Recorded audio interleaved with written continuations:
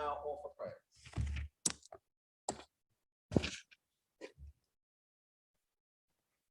I begin with a short reading from the book of Psalms, Psalm 51, reading from verse 15. O Lord, open my lips, and my mouth will declare your praise. For you have no delight in sacrifice. If I were to give a burnt offering, you will not be pleased. The sacrifice acceptable to God is a broken spirit, a broken and contrite heart.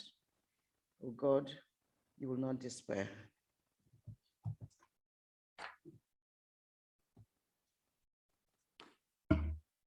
For Christians, today is Ash Wednesday. It marks the beginning of Lent, which lasts for 40 days, ending at Easter.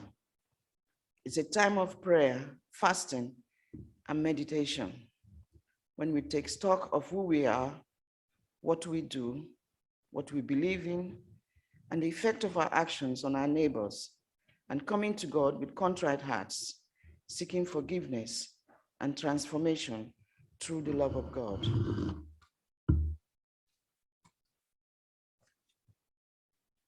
Let us pray. In penitence and faith, let us make our prayer to the Father and ask for his mercy and grace. Now we take a moment to remember the government and people of Ukraine and all who suffer.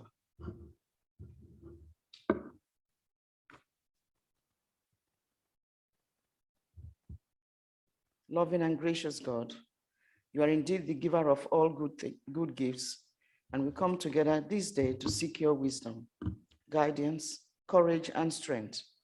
Be with us in our deliberations in this chamber, and help us to be wise in the decisions we make for the borough of Merton and for the good of all those who have placed their trust and confidence in our leadership.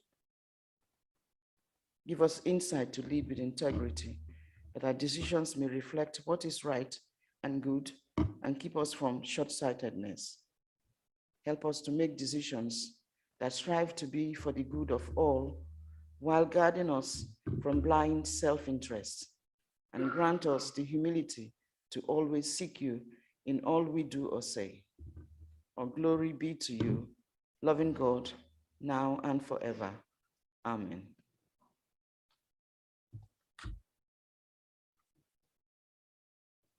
Thank you, Bella. Please sit.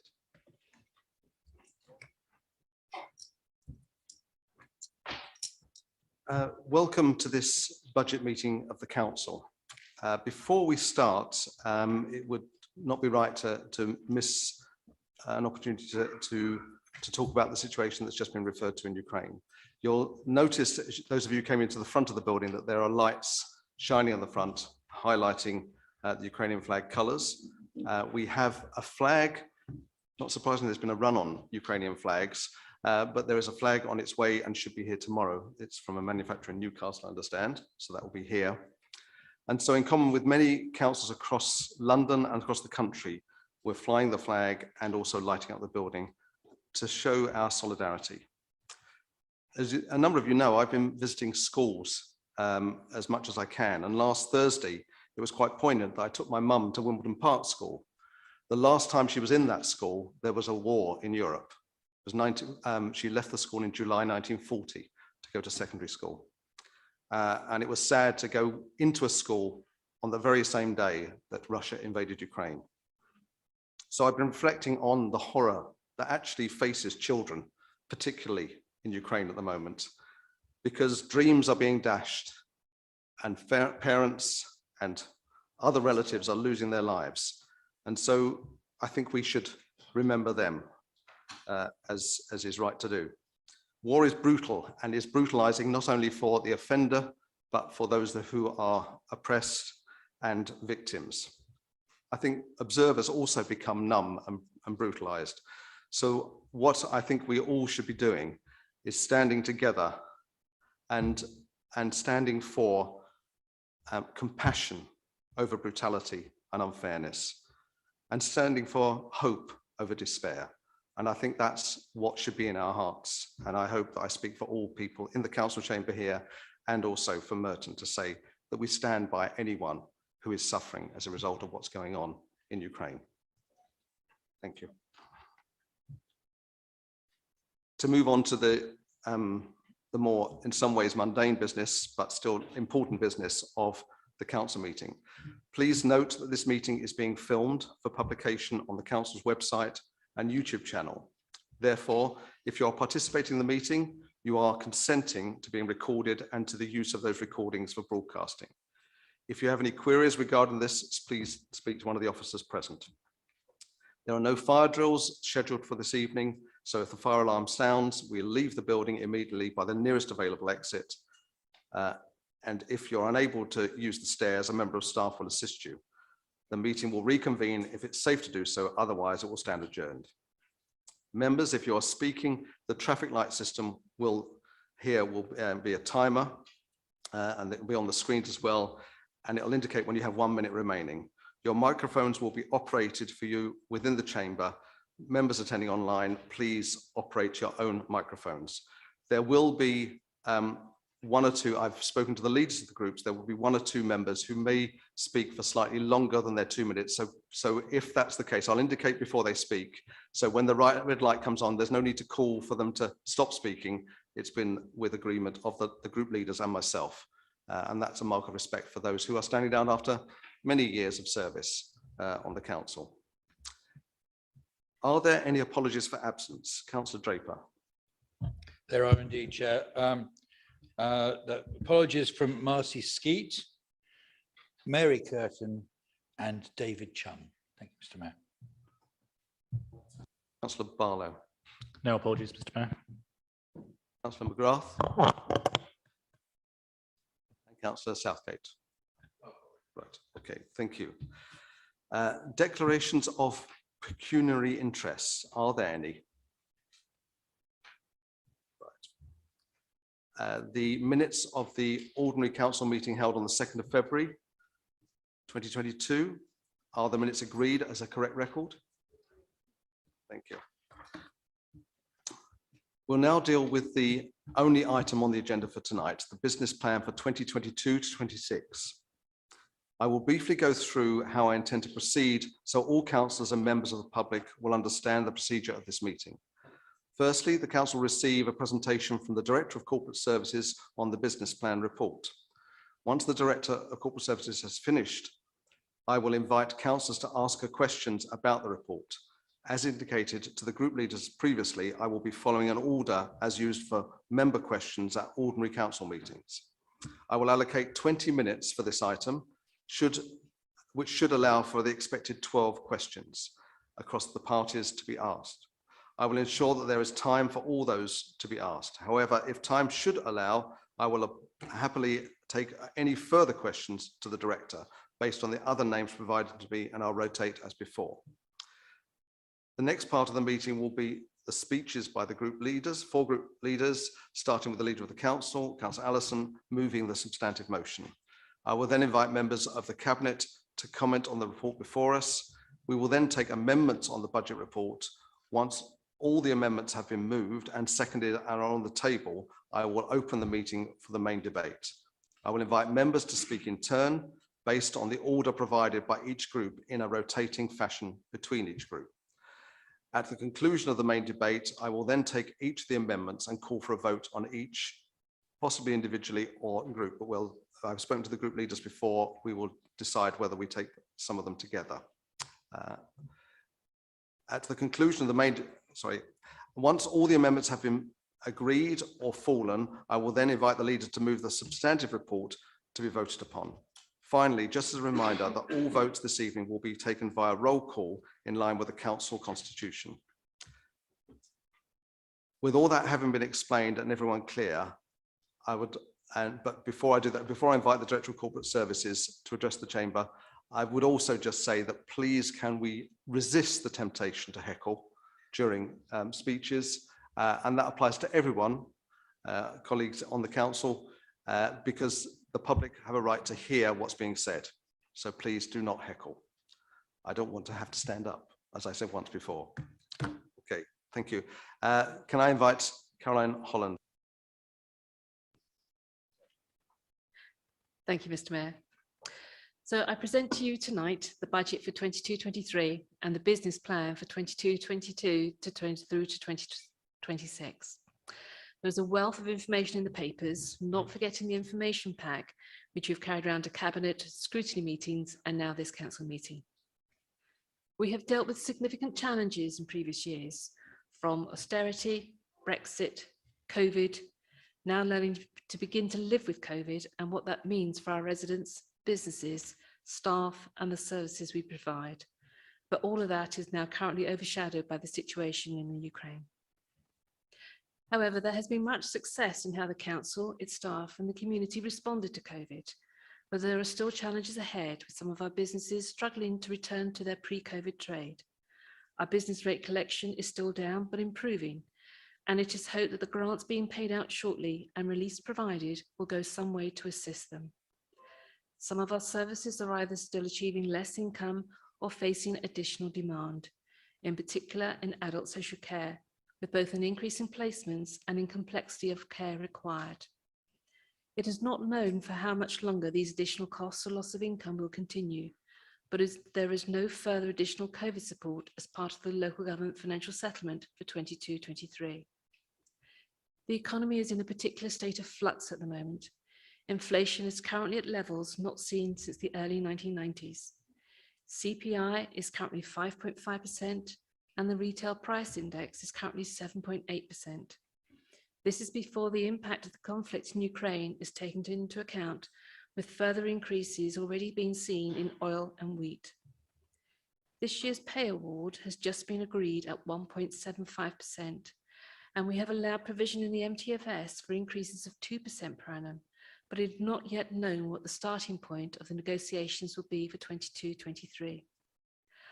Whilst there is provision of a 2.5% increase for general inflation, there is also an extra 2 million built into the budget for next year, but the situation will be kept under review in the regular financial and monetary reports to Cabinet. There is also the utility supply issues and price increases, and we are exploring options, particularly for our future gas provision. On a positive note, there is the outcome of the widest reaching community engagement programme in the council's history. Over 5,000 residents gave insight into what they loved and valued most about the borough, and these culminated in 5 new priorities and 10 principles. You will see these reflected throughout the business plan, from schemes to support these within the capital programme, what measures we will use to report success in the corporate performance indicators, and short-term delivery objectives within service plans. There will be further work continuing on the medium and long-term objectives to be reported to Cabinet in the new municipal year. The funding of the dedicated schools grant has been an area of concern since the deficit started to become material in respect of our financial accounts. It was agreed to fully provide an offset for the deficit up until 2021 and then 50% going forward. This would ensure that the council would be considered a going concern and not impact on the external auditor's value for money statement as part of their audit of our accounts. The deficit at the end of 21-22 was just under £25 million. That meant we were invited by the Department for Education to take part in their safety valve programme to assist boroughs with significant deficits. Whilst we were successful in having our proposals put forward to ministers before Christmas, we have not yet had formal confirmation of funds from the DfE or what level of resources we need to put into the DSG to clear that deficit. Therefore, the monies previously set aside in the MTFS remain, but there has been the addition of £1.1 million per annum for staffing costs to assist with work to reduce the deficit, and additions to the capital programme for further expansions to our primary and secondary schools for additional high needs places, assumed at this stage to come from additional grant. We have been promised the long-awaited SEND reforms this month, but in the form of a green paper, so this will be still a long way off for agreeing the changes necessary from both a service and funding perspective. It would be remiss of me whilst talking about schools and their services, and therefore the children's schools and families departments, to not mention that Ofsted are currently undertaking their inspection. So we await to see what the outcome will be and if there is any impact on the MTFS. The latest local government settlement, whilst more generous than previous years, was still only a one-year settlement. There is no indication of where the fair funding review will start or the review of business rates. However, it has been confirmed that government still see business rates as a source of revenue for local government, although the online sales tax proposals have still not appeared. Councils did receive funding for the social care market sustainability and the implementation for the fair cost of care. However, a significant amount of work will need to be undertaken during 2022 to ascertain the cost to Merton and ensure we are appropriately reimbursed over the MTFS for any additional costs due to us as a result of the legislative changes. The Levelling Up paper has also been published, and there is a clear indication of travel of moving funding away from London. And with no further funding going into the system, colleagues will need to ensure that we can access funds that we need to address our own inequalities still within the borough. So the papers in front of you tonight have the revised corporate indicators, highlighting what we see as important for the council to monitor, picking up the new Merton 2030 priorities. It has our revised risk management strategy, where our approach is informed but cautious, but recognise that higher levels of risk may be needed to support innovation. The procurement strategy sets out the major procurement exercises for the next year, including our school cleaning and the combined heat and power plant for the Civic Centre. For those eagle-eyed amongst you, there is an addition to the papers from those presented to Cabinet. Recommendation 2 and Appendix 11 asks that we follow the public sector auditors process to appoint our new external auditors. This was approved virtually by the Standards and General Purposes Committee. Recommendation 3 has also been added to ensure that those households currently in receipt of the Council Tax Support Scheme benefit are not disadvantaged if they receive the £150 rebate. Officers have been working on the proposals in the medium-term financial strategy from 2019-20. Cabinet members and scrutiny panels have helped shape the services for our residents, visitors and businesses to deliver the services they need, they value, the ones they complain about, and the ones they don't realise we provide. And some services they clearly don't want, but we choose to do so or have a legal responsibility to provide. In considering the budget for 22-23, and with possible reduction or alteration of service provision, members must consider the public sector equality duty under the Equality Act 2010. Council must, when exercising its functions, have due regard to the need to eliminate discrimination, harassment, victimisation and other conduct prohibited by the Equality Act, and to advance equality of opportunity and foster good relations.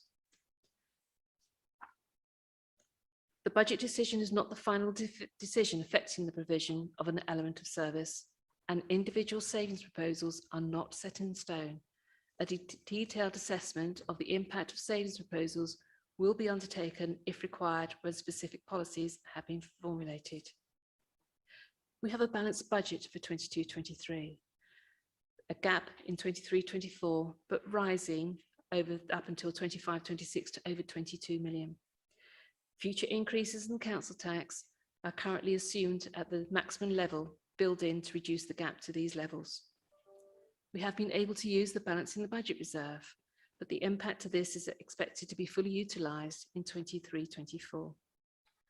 Our capital programme sets out the necessary long-term investment in our assets, helping us respond to those demographic changes referred to earlier, expanding secondary schools and special schools and regenerating our town centres. The use of reserves and balances has been set out and show their use over time, both on a revenue and capital basis. Complicated by the DSG deficit and spending review reserve offset, I have reviewed the level of general fund balances and set out the revised information in the report and review in light of our overall outturn position. Merton has earmarked reserves. These reserves are not available to fund ongoing expenditure requirements, and their current level is not out of kilter with our outer London neighbours. I am your Section 151 officer with overall responsibility for presenting to you to approve a business plan, medium-term financial strategy and a balanced budget. with a proposed adult social care precept of 1% and a 1.99% increase in the core element of the council tax. These stem mainly from legislation enacted from 1972 onwards, but there is older case law in 1906, well before my time, which states that I also have a responsibility to local taxpayers. Therefore, in closing, the report in front of you shows a balanced revenue budget for 22-23, a bandy council tax of £1,704.38, a capital budget of 33 million and 72 million in future years, the medium-term financial strategy, capital and treasury management strategy, along with the prudential indicators, the PSAA appointments and changes to the council tax support system for you to agree tonight. Thank you. Thank you, Caroline. So now on to members' questions to the Director of Corporate Services. And I'll go through them as I said. The first question is Councillor Ward. Can you please ask your question? I need a microphone. I want to move to there. I'll move to there. Thank you. From the public, or those members sitting at the back, there's a seat there to speak. Thank you very much. Mr. Mayor and Director, at the start of the pandemic, the government urged us, local government, to do whatever it takes to tackle the pandemic, with a promise that we would be reimbursed for that expenditure. What is the gap between the expenditure by the council and the loss of revenue on items like our leisure centres and what the government has reimbursed us for? And how is that affecting our service delivery and our budget in total? Thank you. So the net cost to the council as at December 2021 is around 7.3 million. So that's a combination of savings which have not been delivered, which we have now written out of the budget, alongside shortfalls in income, particularly parking, and also from our leisure providers. We also experiencing ongoing shortfalls in business rates income, and although last year we were allowed to carry forward the deficits over a 3-year period, this benefit was not carried forward. The government has also made it clear that the local government settlement, there is no additional monies for COVID going forward. Thank you. Councillor Crowe. Thank you, Mr. Mayor. May I just start by thanking the Director of Corporate Services for an excellent presentation and summarisation this evening.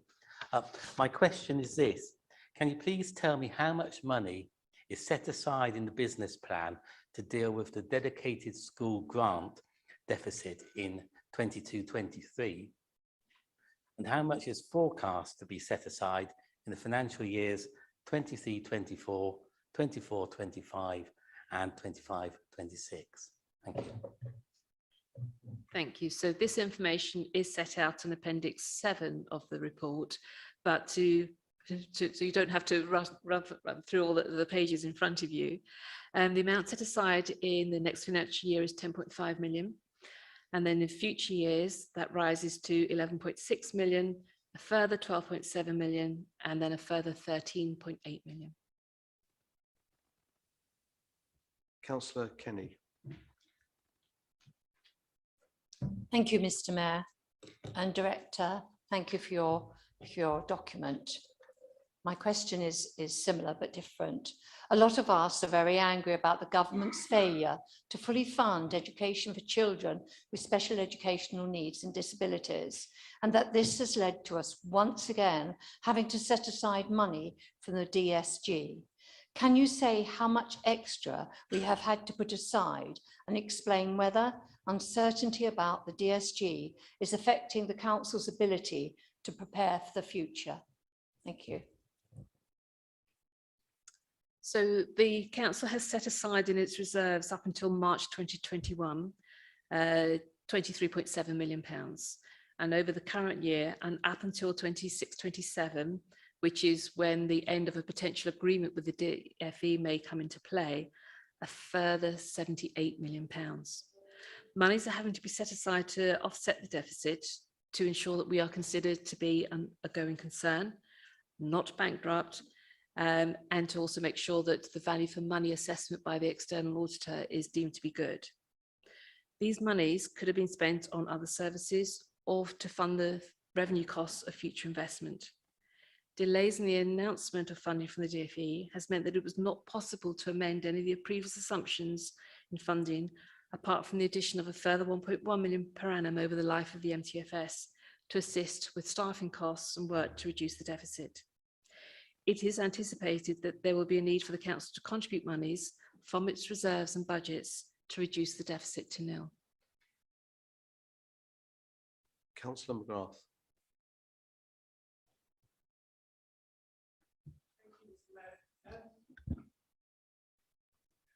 Thank you, Mr. Mayor.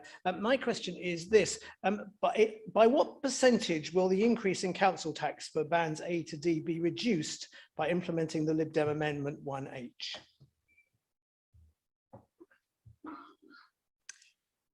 So on the Merton element of council tax, if there is the rebate, then there will be clearly the bigger reduction for those households in band A of up to 30%, and then decreasing to 26, 22 and 20% for the bands A to D appropriately.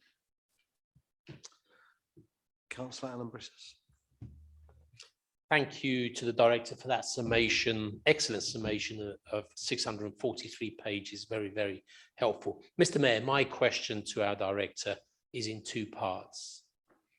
How many people in Merton is the council supporting through the council tax support scheme? And can she tell us how many other councils out of the 343 in England have kept the same generous council tax support scheme in place since funding was reduced for these 10 years ago, and as we have done in Merton? And in addition, how will we ensure that those people who receive this council tax support also receive the benefit that people are being given by the government in an effort to counteract the impact that rising fuel prices will have on families? Thank you.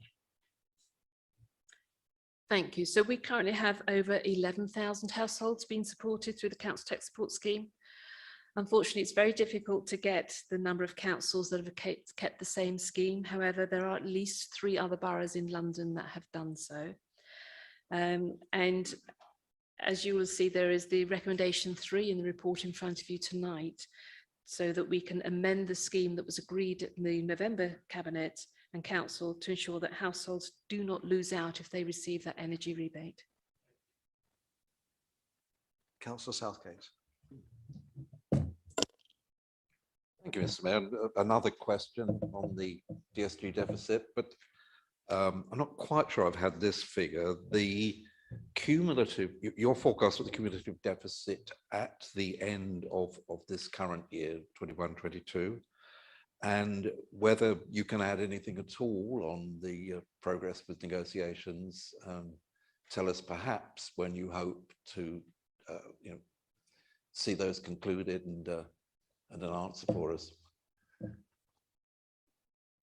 So based on the latest deficit forecast at month 9, so reported to Cabinet last month, the total deficit on the DSG is 37.9 million. And then, as I refer to, our officers submitted the proposals to the DfE in early December, and the DfE indicated that there would be a decision in mid-January. We are clearly still waiting to hear what the outcome of that will be, and also what funding and over what time frame the support will be available, and therefore what resources that we need to put into the DSG to clear that deficit. So we had been told that if successful, there would be a payment in March. So clearly we're now 2 days in, so we are following up to see what still needs to be done to get the agreement in place and those monies received. Councillor Latif. Thank you, Mr. Mayor, and thank you, Madam Director, for your presentation. Madam Director, please can you tell me where the money to fund the DSG deficit has come from? Thank you. So I suppose those of you who may have been here a bit longer will have seen previously that the MTFS was practically balanced over the 4-year period. However, during the budget process for the MTFS for 2021, we started to look at the size of the deficit on the DSG and therefore the monies that we needed to set aside to offset that. So at that point, growth was built into the budget to be able to do that, requiring the delivery of further savings in order to have that balanced budget. Councillor Quilliam.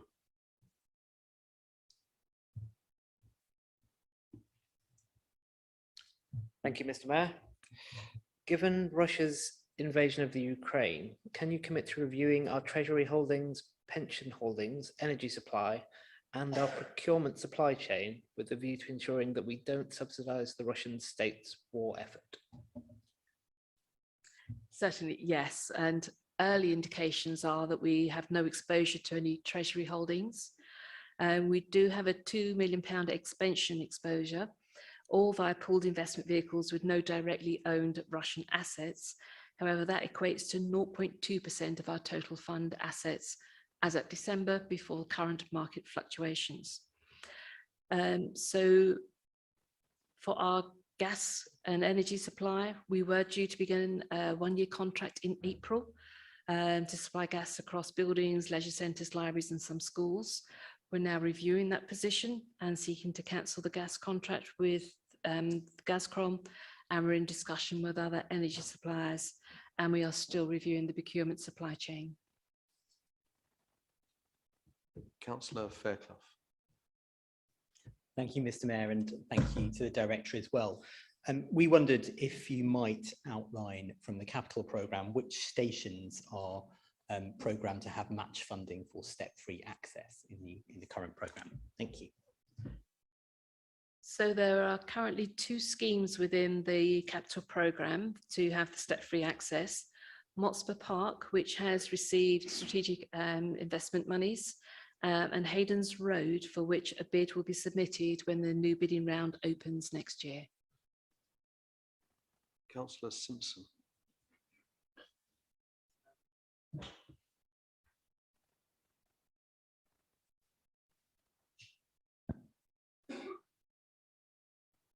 Right, thank you, Mr. Mayor, and apologies for the slight delay there. And for the opportunity of asking a question. This is my last meeting as an elected representative in this authority. Madam Director, given all the rhetoric we've heard over the years from this administration concerning the development of a new hospital, can you please tell me how much money has been set aside to cover any campaign and legal costs to prevent the NHS progressing their excellent proposals to invest 500 million or £500 million in our local National Health Service delivery? So I can confirm that no monies have been set aside for any campaign or legal costs within the current MTFS. Councillor Cowper.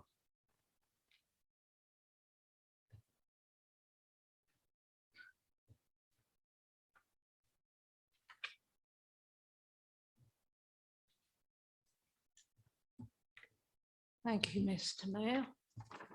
And thank you, Director, for an interesting statement. But could you please explain how assumptions for the living wage are built into this year's budget, please? So certainly for all of our staff and our apprentices, they all are paid the London living wage. For those contracts where they are not currently at the London living wage level for staff, we have built in some additional provision, and that's been built in over the life of the MTFS because it does depend on when those contracts are coming up for renewal. And those contracts currently are our school cleaning, our corporate security, corporate cleaning, corporate catering, school catering, and clearly the big one of home care. Thank you. Councillor Henry. Thank you, Mr. Mayor, and thanks to the Director for our presentation. Support for local businesses is at the heart of Merton's recovery from the COVID pandemic. Can you please give us the details of the last round of support for businesses across the borough? How much and how decisions have been made about their distribution? So the COVID Additional Relief Fund of just under 5 million is available to businesses that have not received any support so far. This scheme was agreed at Cabinet last month, and the level of grant will be based on the rateable value of successful applicants, as the relief has to be applied for as part of the conditions that the government has set out. So it is dependent. We've put sort of social media, other press statements out to encourage people to apply, and potentially anyone watching this can also make sure that they can apply as well. But the grant will be in the form of a relief rather than an actual physical payment to those businesses. There is also the Omicron Hospitality and Leisure Grant, totaling just under £500,000, for which applications close on the 18th of March. The amounts granted for the successful applicants will range from £500 for businesses run from home and for taxi drivers, up to £6,000 for those businesses with a rateable value of over £51,000 and £1,000. Thank you. I have no other councillors listed to speak and ask questions. So I propose that we now move on to the leader's speech. Councillor Allison, Leader of the Council, you have 10 minutes to move the business plan report and to present your speech on the report. Thank you, Mr. Mayor. Before I begin, I extend our sincere thoughts as a council to the people of Ukraine. This invasion by a cowardly dictator is obscene. We want to see tough sanctions against Putin and his network of oligarchs. In particular, today I am calling on the government to help councils like ours who want to do more. When we procured our energy contract, the only lawful bid was from Gazprom, and we had to accept it. I am determined to break that contract. But the government treats Gazprom as a British company, despite its obvious connection to Russia. So I want to take this opportunity to urge the government to blacklist Gazprom, or at least allow us to. I'm also calling for government help for government to help pension funds divest. Merton's the pension committee, not me, and is constrained by pension law, has only a small investment in Russian firms, less than 0.25%. But small is still too much. The government should change rules to allow funds to divest. I want to reassure our residents, Merton will play our part in support of Ukraine. We are backing groups like the Polish Family Association and the Don's Local Action Group, and so many Merton residents who've shown they stand side by side with Ukraine. And on behalf of the Merton Labour Group, I have signed the LGA statement of support and solidarity with Ukraine, and I call on all of us here to sign too. Tonight, I am proud to deliver the 12th budget of this Labour administration. When Labour took control in Merton, the council's finances were a mess. We faced an immediate budget gap of £70 million. Then the Lib Dem and Tory coalition took away half our grant, and shockingly, the Lib Dems and Tories also cut funding for low-income households, forcing households to charge the low-paid thousands of pounds, something we refused to do. Then, after years of austerity, we faced the challenge of COVID-19, the costs of which we will continue to have to bear for years to come. I just want to pause here to thank the staff and residents of Merton for their fortitude and efforts to keep each other safe over the past 2 years. There has been no higher priority for me than our residents' health. Merton is a great community, and because we complied with the rules, we kept each other safe. Those rules were not easy, but we stuck to them. And so I'm sorry to say this, but we will never forget those who broke them, and nor will we forgive those who stayed quiet about those who broke them. The rule breakers are still in place, and I know I speak for almost all Merton's residents in calling for them to go. I also have to warn colleagues that the government may have ended COVID-19 rules, but COVID-19, like Boris Johnson, does not stick to the rules. We're likely to face more outbreaks and repercussions for years to come. Trust me, I am a fit man in good health, but the last 2 weeks have not been good. I may no longer be contagious, but I am still short of breath. So for the sake of the many people in our community who are not in good health, we need to continue to take care. In particular, the health emergency has shown it would be wrong to close our nearest accident emergency. Downgrading St Helier will only widen inequalities. Here in Merton, COVID-19 has changed most people's lives. We're spending more time locally, working from home, using local parks and open spaces, shopping in our town centres. And of course, the government's cost of living crisis has hit residents hard. That's why I asked Councillor Pritchard to conduct the biggest interactive exercise in the council's history to find out how residents' lives have changed and how much they want from the council and what they want from the council to be changed to. And the result is Merton 2030, the council's first new statement of priorities since the July principles a decade ago. Those principles have served us well. Under my good friend, Councillor Alan Bretus, we made Merton businesslike, moderate, pragmatic, imbued with the values of Blair and Starmer rather than Corbyn or Johnson. We transformed our schools. We built a new library, a new leisure centre. AFC Wimbledon came home. We built new homes. And yes, here in Merton, we kept council tax low for those on low pay.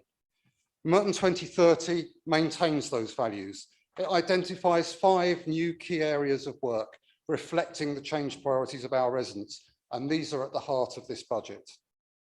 Maintaining excellent education for all ages and needs is the first. We will continue to ensure all our young people achieve the best outcomes, and will open a new special needs school to reduce the number of students who have to travel long distances for a good education. And we will also sort out the mess the government has left us in by failing to pay us the DSG. Second, we will promote a dynamic and inclusive economy. We'll continue to back businesses that support our community and help make our town centres and high streets the focus of our borough. Third, we'll support those most in need. We'll continue to protect social care and to ensure crime is amongst the lowest in London, including by upgrading our CCTV service. Fourth, providing a clean and sustainable environment. By continuing to tackle the climate emergency and to ensure our residents enjoy fantastic parks and open spaces. By planting more than 5,000 new trees, modernising our playgrounds, and by continuing to take tough action against those who litter or dump rubbish. And I should say at this point, I was proud to see that while litter and fly tipping is a national problem that affects others even more than us, according to The Sun, Merton finds more people than any other council in the country. And finally, fifth, making Merton fairer and more equal. We know how much the government's cost of living crisis is hurting those who can afford it the least.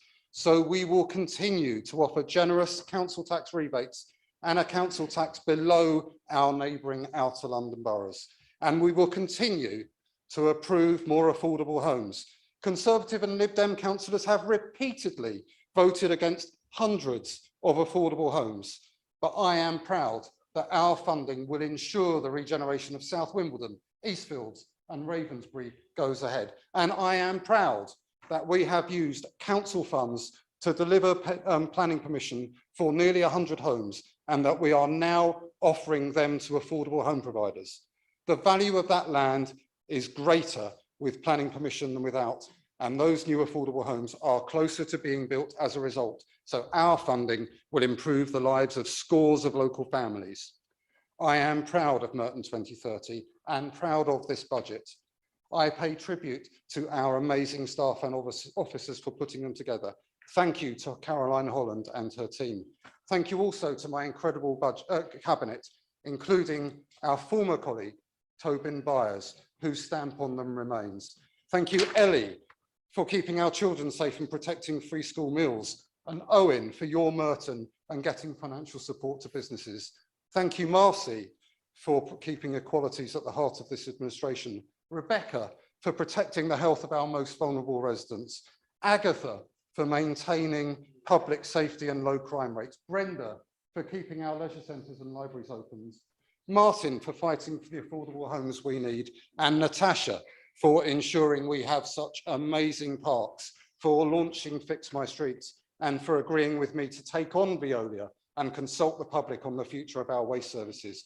We have been a fantastic team, and we have fought to defend our residents at a difficult time. Merton is a great place. This is a great budget for Merton. I move. Thank you.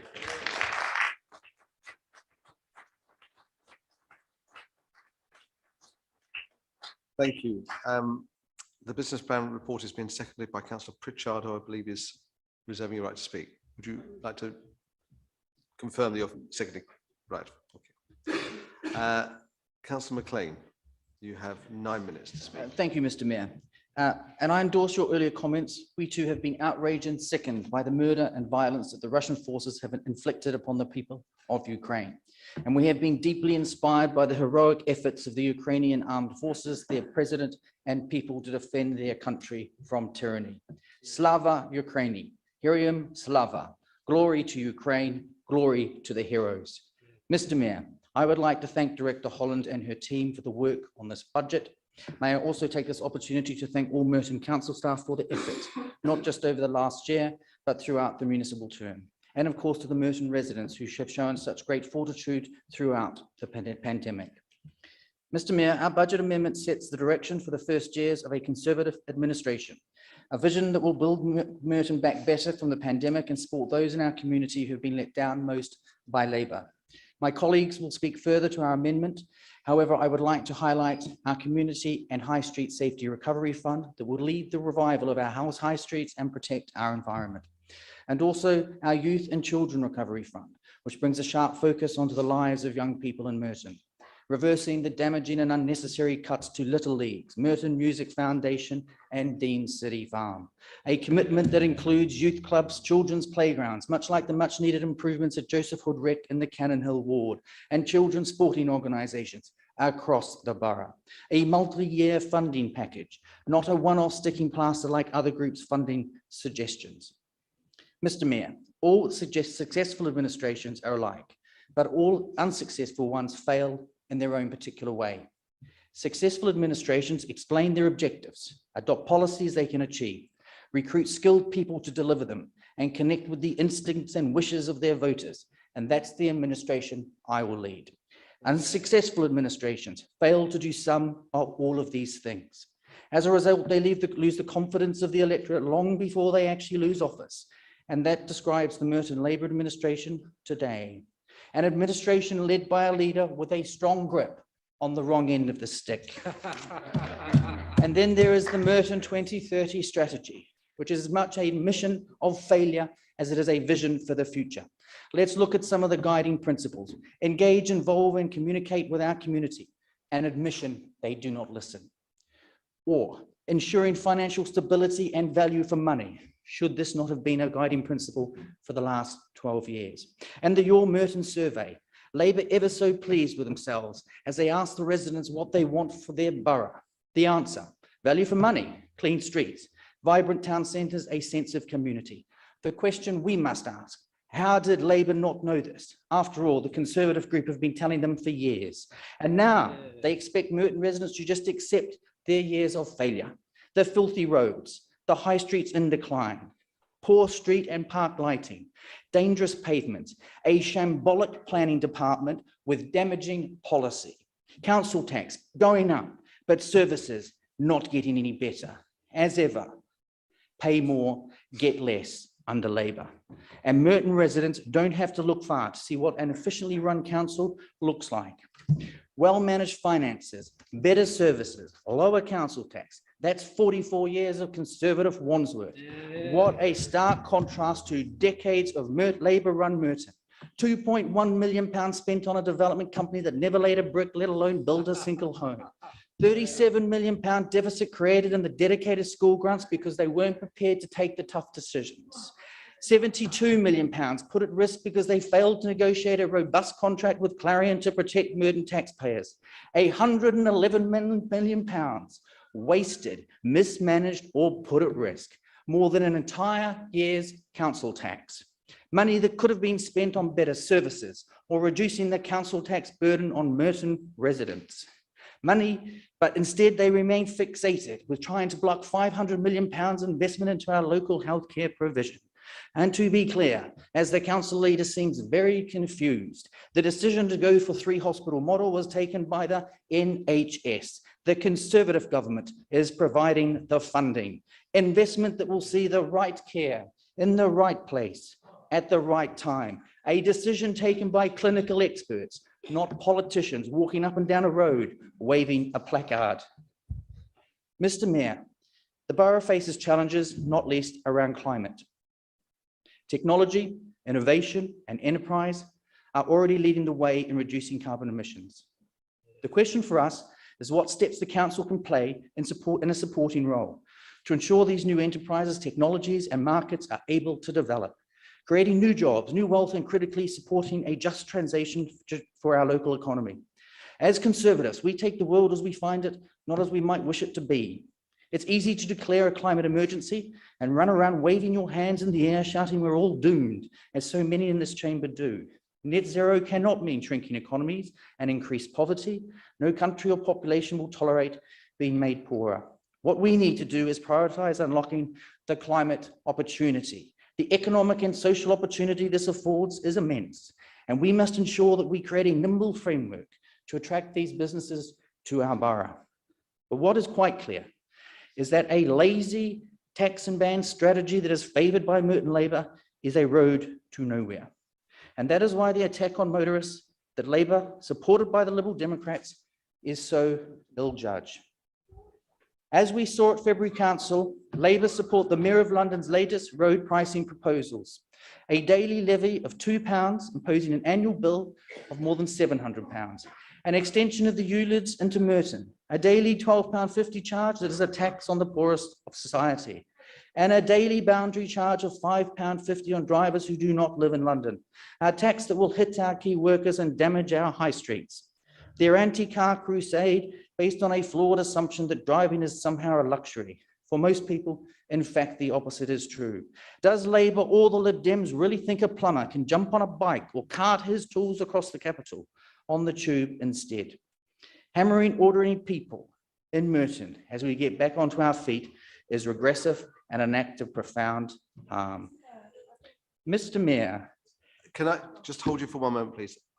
At the back row, please, can I ask you not to interrupt? You're distracting me because you're in my eye line. The rest of the council can't necessarily see, but please respect. There's one meeting, and well, sorry, there's one speaker at a time. I'm speaking. I'm going to hand back to the leader of the opposition now. No one else, please, from any party.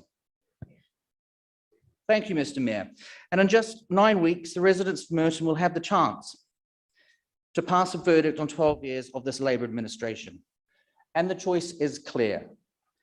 4 more years of a Labour administration that does not listen, or a Conservative administration that has been demanding for years the very things that matter most to Merton residents: better services. 4 more years of a heavy-handed Labour administration who revels in telling people how to live their lives, or a Conservative administration that will focus on freeing residents to make their own choices, with a relentless focus on making their lives easier.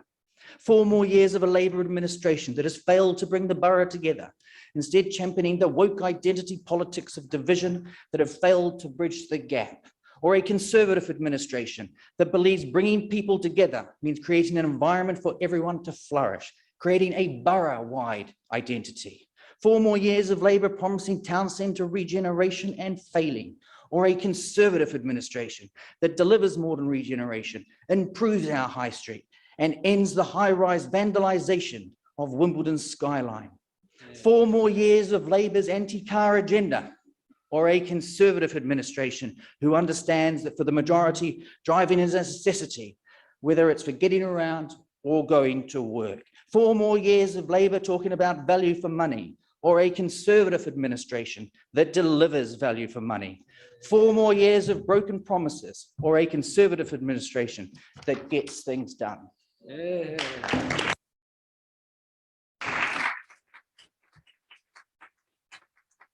Councillor Fairclough, Leader of the Liberal Democrats, you have 5 minutes to speak. Thank you, Mr. Mayor, and I'd also like to thank the officers for their work on this budget. And thanks too to those councillors who are standing down at the end of this term for their service, and indeed to those who may not be re-elected. Mr. Mayor, Merton can only play the hand that it is dealt. It's hampered by a Conservative government that refuses to look beyond 1 year's settlements and continued cuts. And you've heard about the damage the negotiation around the DSG is causing. And whilst we do not agree with the significant number of planned cuts in this budget, its constraints don't offer much in the way of opportunities. But our communities need us to be bold and creative. The budget should set out a path to the future we want to see. Now, rather like our own streets, this path needs a clean sweep, getting rid of the cosy consensus of Labour and Tory that tells us that things can't be done. In just a few weeks' time, our residents will have that opportunity.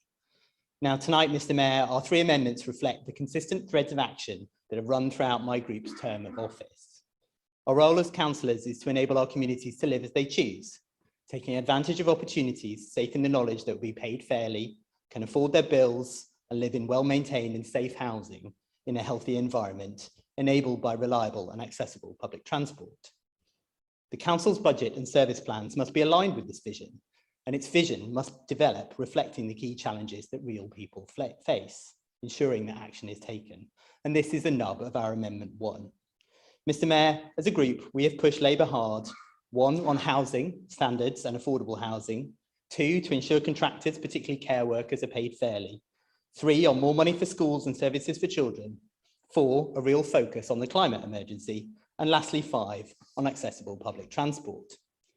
In challenging the council's record on housing, we've established a tenants champion scheme in the face of reluctant opposition, pushed them on their 13% affordable housing record, and made 2 separate proposals to pave the way for selective licensing, which is now pleasingly on the forward plan.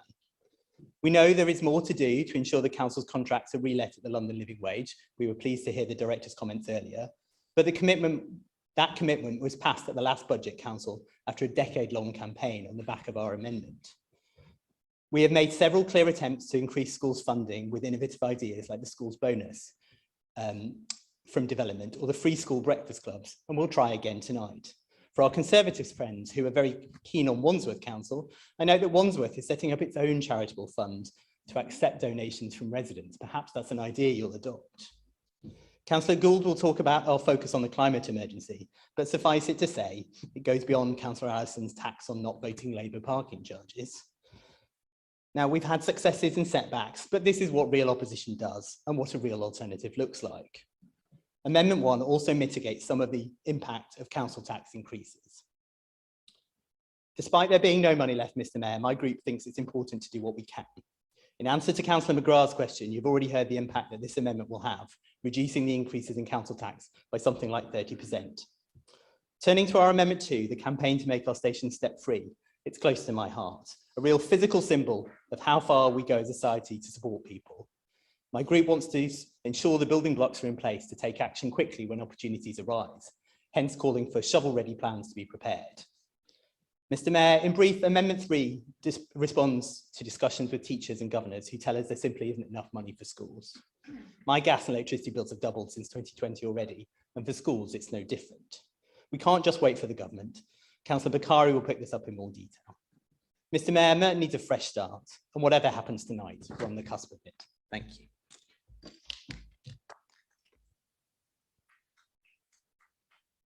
Councillor Southgate, Leader of the Merton Park Ward residents, you have 3 minutes, and I will offer some discretion at the end of 3 minutes if you want to go a bit further. I'm just turning down. Well, yes, thank you, Mr. Mayor, for the opportunity to comment on the budget. If I look at the bigger picture, Merton will benefit from a 6.3% increase in its core spending power next year, and only 3% of that will come from an increase in council tax on our residents. So that's actually a more generous settlement than we've received for many years. And after 10 years of austerity, it might mean we can afford to breathe just a little more easily, financially speaking. And as we've heard from the director, the prospect of a settlement of the DSG deficit would indeed be transformational for us. So the opportunity is there to progress plans for your Merton over the lives of the next two councils through to 2030. But before we run too far ahead with exciting regeneration proposals, let me urge a degree of caution. The most recent resident survey, and that's actually field work in April, May of last year, showed that residents' opinions of the council have deteriorated significantly since the previous survey in 2019. The number who think the council provides value for money is down 16% to 40%. Those who are satisfied with the way the council runs things is down 9% to 61%. And those who believe the council responds quickly when asked for help, that's down 9% too. Now, I have to say, this does stack up with our own personal experience as ward councillors. My inbox, I'm sorry to say, is full of emails from residents complaining they just don't get an answer when they contact the council, or the problem they're reporting doesn't get fixed. So we have some way to go to get these basic housekeeping issues right if we're to rebuild confidence in the council as an efficient provider of services. And after the pandemic, our residents are hardly in a confident frame of mind. 20% tell us that they felt anxious yesterday. That's actually up from 8% 2 years before. Conversely, the proportion who felt happy yesterday is down from 43 to 35%. They're less likely to say they feel satisfied with their lives. That's down from 44 to 26%, or even to feel that the things they do in their lives are worthwhile. That's down too from 49 to 38%. So what I'm saying here is, let's not underestimate how long-lasting the effects of the pandemic may prove to be, mentally as well as physically. If we rebuild the council right, we can help people rebuild their lives. But it's an onerous responsibility, as I'm sure we all understand. And it does need to be recognised in our plans through to 2030. Mr. Mayor, I will take my second opportunity to speak to run on a bit, if I may.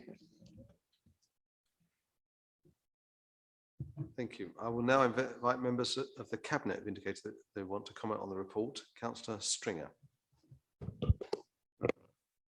Thank you, Mr. Mayor. And the final meeting of the Civic term is an opportunity to pause and review what we've achieved. But I want to start with the time even before that, back when I was first considering whether to stand as a councillor. Mr. Mayor, the then leader, Stephen Allen Bretis, called me up and said, Ellie, I know what you care about most, the kids. I do too. If we're not looking after our most vulnerable children, we may as well pack up and go home. So, well, Mr. Mayor, I'm proud to be standing here 5 years later, speaking in support of a budget that still prioritises children and families. We are an administration that delivers excellent support for our children in care and our children who need protection and their families. We're an administration committed to supporting families that need financial help, such as through meal vouchers and council tax support, and we find the resources to do this. We're an administration that has already invested in new special educational needs school places, where there's been such a rise in need, and we'll continue to expand that provision. Mr. Mayor, we're a council that supports excellent youth services, both run by the council and other charities like Uptown and Catch 22. And I'm delighted to say that in this budget is funding to open up a drop-in hub for our care leavers, somewhere they can do laundry, cook with friends and get informal advice. We're a council completely committed to supporting the mental health of our children and young people. We work closely with the health services who are largely responsible for this to lobby them for the services that our young people need. I'm proud that 100% of our maintained schools are part of the NHS Mental Health Trailblazer scheme, offering support to those with low to moderate needs. And Mr. Mayor, I'm really proud that we have delivered everything that we've done for children and young people, whilst also delivering all the other services that we do, from the excellent support for adults who need care to the universal services that everybody benefits from. And we've done this whilst protecting our lowest income households from council tax, keeping our council tax rates lower than any of our outer London neighbours. What that demonstrates is our strategic and management expertise. And Mr. Mayor, if you want to see administrations that do not have these skills, you do not have to look far. Our inner London neighbour, Tory-run Wandsworth, has children's services that Ofsted deems require improvement. Our outer London neighbours like Lib Dem run Kingston have had to close leisure centres. Meanwhile, in Merton, Mr. Mayor, we've developed an ambitious plan working towards having an even better borough in 2030. And given that the adults of 2030 are at secondary school now, we made sure to listen to the experiences of over 2,000 young people. Mr. Mayor, we are rightly proud of our work. And that isn't to say there haven't been challenges like the demand on our dedicated schools grant. The government has finally recognised those pressures and has been in talks with us. And it is frustrating that we still haven't had the final outcome of these talks. What is clear is that the department will be expecting us to contribute towards addressing the gap. So for the Lib Dems to expect there to be an underspend in general fund is optimistic at best. And while I recognise the pressures that school budgets are under, it is the government that needs to fund schools properly. Before the Tories jump in with some of their made up numbers about increases in funding, let me quote the Institute for Fiscal Studies. School spending per pupil in England fell by 9% in real terms between 2019-10 and 2019-20. It fell by 9% in real terms. That's the IFS saying that. And Mr. Mayor, if the Tories are serious about children's well-being and preventative mental health, they should be lobbying their own government on the two main levers that would make a real difference here. Funding for the NHS's overstretched mental health teams and funding to address child poverty. Thank you, Mr. Mayor.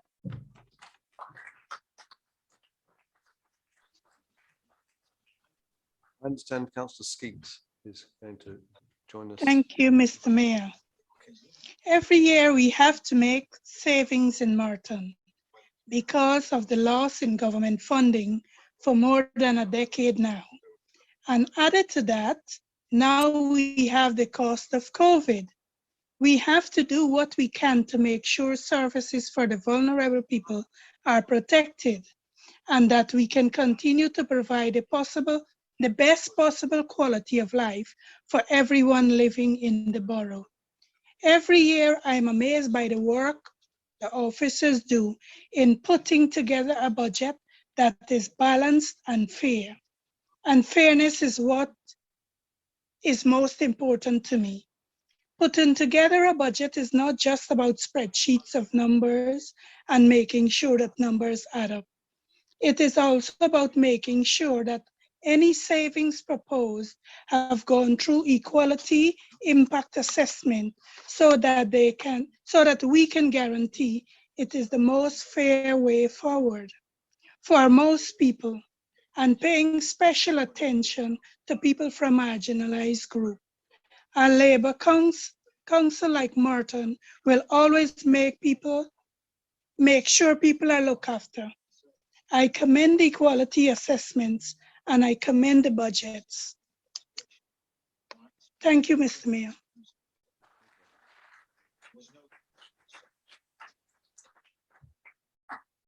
Thank you. That concludes all the speeches up to the amendments, which are now going to be taken in turn.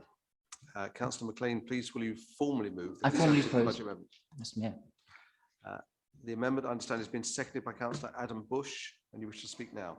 I do. Thank you, Mr. Mayor. Thank you, Mr. Mayor. Tonight, our amendment is the beginning of our plan for a better and brighter Merton.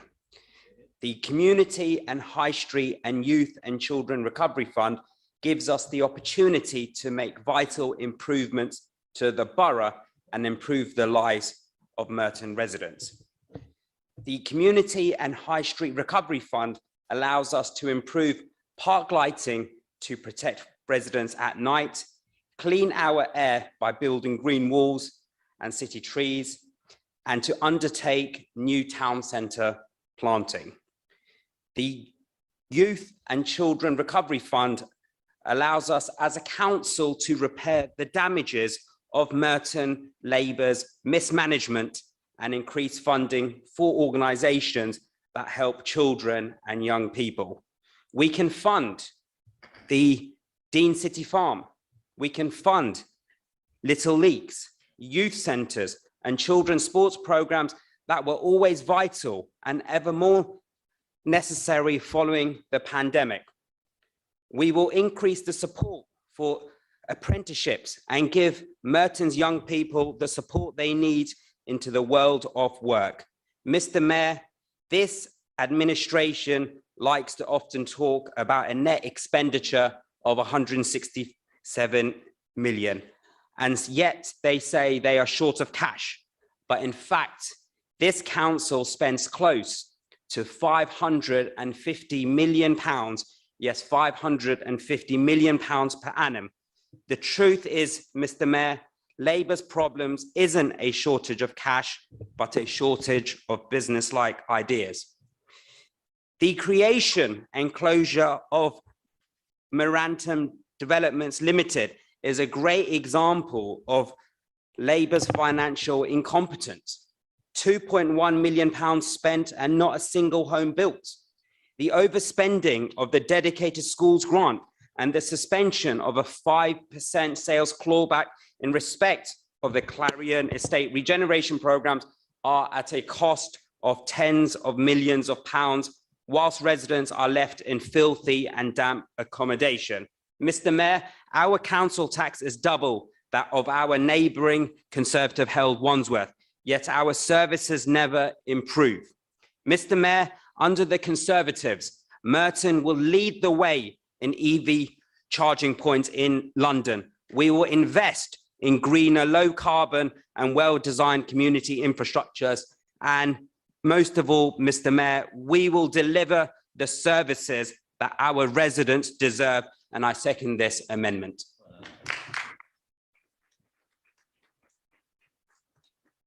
Councillor Fairclough, please formally move Liberal Democrat Amendment 1. Formally move Amendment 1. The amendment is being seconded by Councillor Bailey, I understand, formally. I formally second Amendment 1. Councillor Fairclough, will you please formally move Liberal Democrat Amendment 2? Formally move Amendment 2. And this is being seconded by Councillor Bailey. Formally second Amendment 2, Mr. Mayor. And Councillor Fairclough, will you formally move Liberal Democrat Amendment 3? And seconded by Councillor Bailey. Formally move Amendment 3, Mr. Mayor. Thank you. Oh, I meant second. You know what I mean. I will now open up the floor to members for the main debate. Please note that I will be allowing a small number of long-standing councillors a bit of extra time, as I mentioned earlier, and that will, so don't go by the red light on those ones. It could be because it's their last full council meeting. Councillor Alan Brissis, you're first to speak. Thank you, Mr. Mayor. Mr. Mayor, if anyone says that to fight for your values does not get you anywhere, that local authority administrations can't make a difference, that all local parties are the same, then look at what we have achieved in our budgets, in Merton, in the administrations of 2010, 2014 and 2018, this one. We have protected residents from the cost of living crisis by keeping council tax low, maintained one of Britain's most generous tax rebate schemes, exempted care leavers from the council tax, froze council tax for 6 years from 2010 to 2016, protected services for the most vulnerable, announced a climate emergency, established a climate action plan, massively improved education results. Merton State School pupils are the country's top 5 for progress. There is a new secondary school in South Wimbledon. 95% of our secondary schools are rated good and outstanding. We've created 4,500 extra primary school places. We've reinstated free school meals. We've delivered food to isolating older and vulnerable residents during this lockdown. We've kept St Helier Hospital campaign going. We gave financial support to food banks and other local charities. We've been the fastest council to get financial support to local businesses during COVID-19. We were the best achieving council in 2013, the best small business council 2014. We built a new day centre in Lewis Road. We kicked off the regeneration of Hyde Park and Ravensbury with Eastfields to follow. We brought back AFC Wimbledon again after 30 years in the wilderness, prevented library closures, built a new library at Collinswood, opened a new leisure centre and swimming pool at Morden, introduced wheelie bins, issued more fines to people who leave later or fly tipping than any other council, invested in modern CCTV to keep our residents safe, reduced crime, with Merton now among the lowest crime boroughs in London, ensured all staff are paid the living wage. Mr. Mayor, that's the Merton we have been building. Mr. Mayor, that's the change we choose, and that's the values we will play by when we form the next administration and implement Merton 2030. Thank you, Mr. Mayor.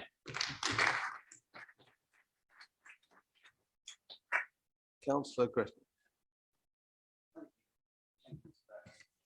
Thank you, Mr. Mayor. The housing company that cost this council millions but didn't build any homes. The £1 billion regeneration project, Mr. Mayor, agreed with Clarion in 2014, but for which the council didn't bother to put a contract in place for, resulting in our borough now having to hand back £72 million to Clarion, 1 year's council tax down the drain, Mr. Mayor. Just think, Mr. Mayor, what that money could have done for the regeneration of our high streets and town centres. The regeneration of Morden, the council's been working on for 12 years or so, but they still haven't managed to put together a single plan, Mr. Mayor, losing £75 million of funding that had been available from TfL.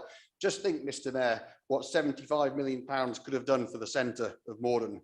The opportunity set out by my good friend, Councillor Nigel Benbow in Abbey Ward, to cover the South Wimbledon tube station with a wonderful green living wall that would have transformed the busy South Wimbledon crossroads and neighbouring community. The fully funded plan that was voted down by the two current Labour councillors in Abbey Ward, and by the two small groups of councillors who sit towards the rear of this chamber, Mr. Mayor.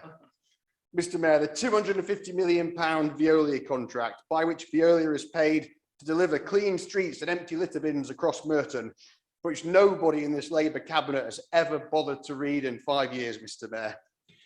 Mr. Mayor, time is nearly up for this uselessly incompetent Labour administration. The puppet cabinet, directed and controlled from across the road by Siobhan McDonough. The residents of Merton look forward to the election of the 5th of May, Mr. Mayor, and the opportunity for a brighter, greener borough, with the council being properly managed under a new Conservative administration. Thank you, Mr. Mayor.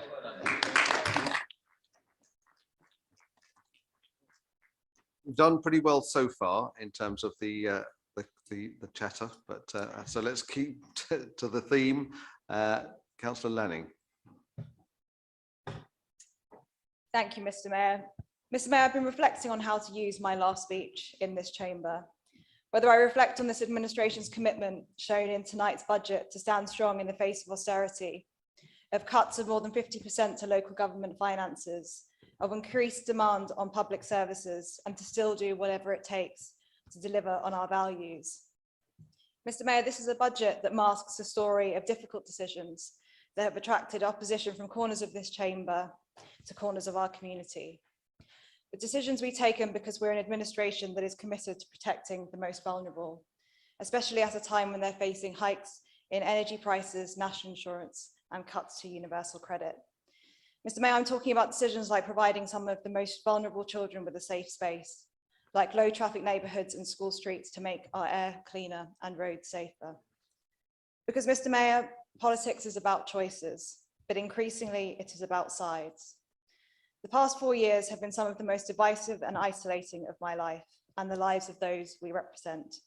From Brexit and COVID to Afghanistan and the Capitol riots, new rifts have emerged in society, and there's no escaping it, Mr. Mayor, as it's happening right now, and you can watch it live in the palm of your hands. But Mr. Mayor, for all the division across this chamber, I feel no uncertainty when I say that we are fundamentally united in our fundamental rights. That is why, Mr. Mayor, for me, tonight is not just a symbol of this administration. Tonight represents the right to have a voice and to be heard in this chamber, the right to challenge, and the right of each and every resident in this borough to be represented in the decisions we make tonight. And Mr. Mayor, that includes a right to not wake up to the haunting wail of air raid sirens, a right to stand in front of this local government building and not watch it crumble to pieces, and a right to tell our children quite simply that they are free. Because, Mr. Mayor, it might be a long way from Kharkiv to the English towns where in 2014 and 2017 and 2019, voters clicked on photoshopped images and fake stories, but they are all part of the same story. Instead of hope, they promote cynicism. Instead of an open society, they promote xenophobia. And instead of unity, division. So it would be ironic if it weren't so devastating that such a determination to divide us would unite us more strongly and more quickly than ever. But Mr. Mayor, it is in failing to deliver on the promise of democracy that we give it a bad name. So while this budget tonight may feel far removed from an unprovoked attack, it threatens us all and serves as a reminder that if we want to protect and celebrate our freedoms in this chamber and in this borough, we need to continue to commit to delivering on the promise of democracy for all our residents. Thank you, Mr. Mayor.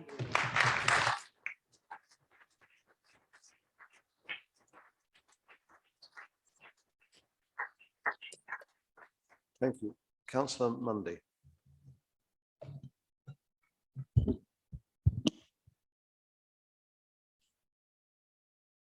Thank you, Mr. Mayor, for the opportunity to speak on this budget. I'd like to thank the leader, Councillor Pritchard, and the Director of Corporate Services and her team for the work leading up to tonight, but also the announcement we have heard earlier this evening regarding Gazprom and a review of the supply chain. It's another example of this administration's values shining through into Merton's policies and contributing to local government doing its bit to pressure President Putin to rethink a war waging just 3,000 miles away in Ukraine. I hope the stance tonight is replicated in council chambers up and down the country, and the government listens to the leaders' call.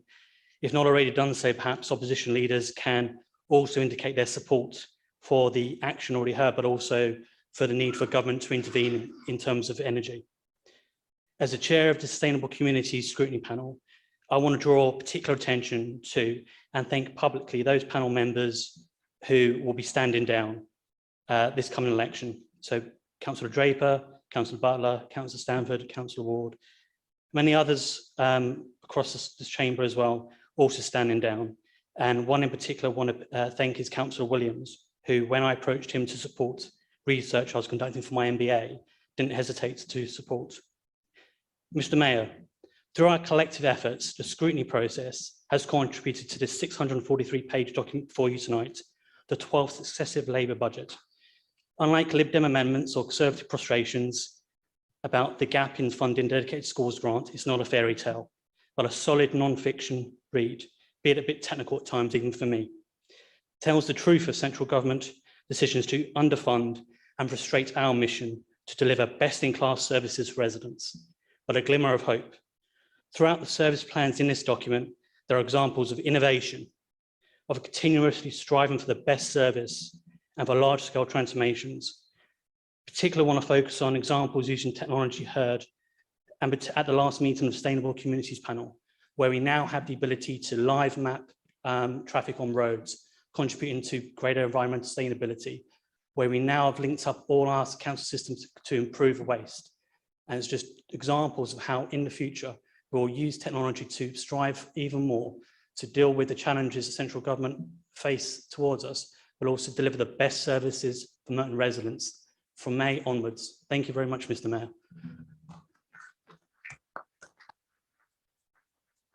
Councillor Ormond. Thank you, Mr. Mayor. We are passionate about supporting young people and investing in them in order for them to lead the most positive lives as possible. They're at the forefront of our thought process because we want them to thrive, flourish, and realise their future potential.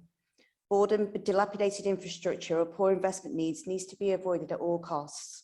In other words, we are backing our children and young people of Merton and invite further improvements to services for them. What we propose is a review of the services for young people across the borough, reviewing what is required, whether it be renovating or sprucing up playgrounds, a need or requirement for youth centres, particularly if a local one isn't available to them, and look in terms of where apprenticeship schemes may not be working or those children who just need an additional helping hand. I wouldn't intend this to all be funded from the council purse by any stretch of the imagination, but the idea is to have a wish list or a priority list of services that the residents of the borough would like for our young people, and we would then apply for grants and review partnership ideas in order to make some of these ideas happen. We should also do more in partnership with existing organisations providing services to young people to raise overall awareness of what is available for children in the borough, as many families are simply not aware of the services available that we actually have right now. And it's not just the investment, it's the maintenance of running these type of programmes too, to ensure they are sustainable and not just a flash in the pan. We want to invest in our community to make a real difference by incorporating all avenues available to us in order to make this happen. After the pandemic of the last 2 years, now more than ever, the children of Merton need the council and partners to invest and nurture them to ensure they have the opportunity to be the best version of themselves possible. And I'd like to direct, it's not just a pandemic, but I know that children are also really concerned about war as well, with everything that's happening in Ukraine. Thank you, Mr. Mayor.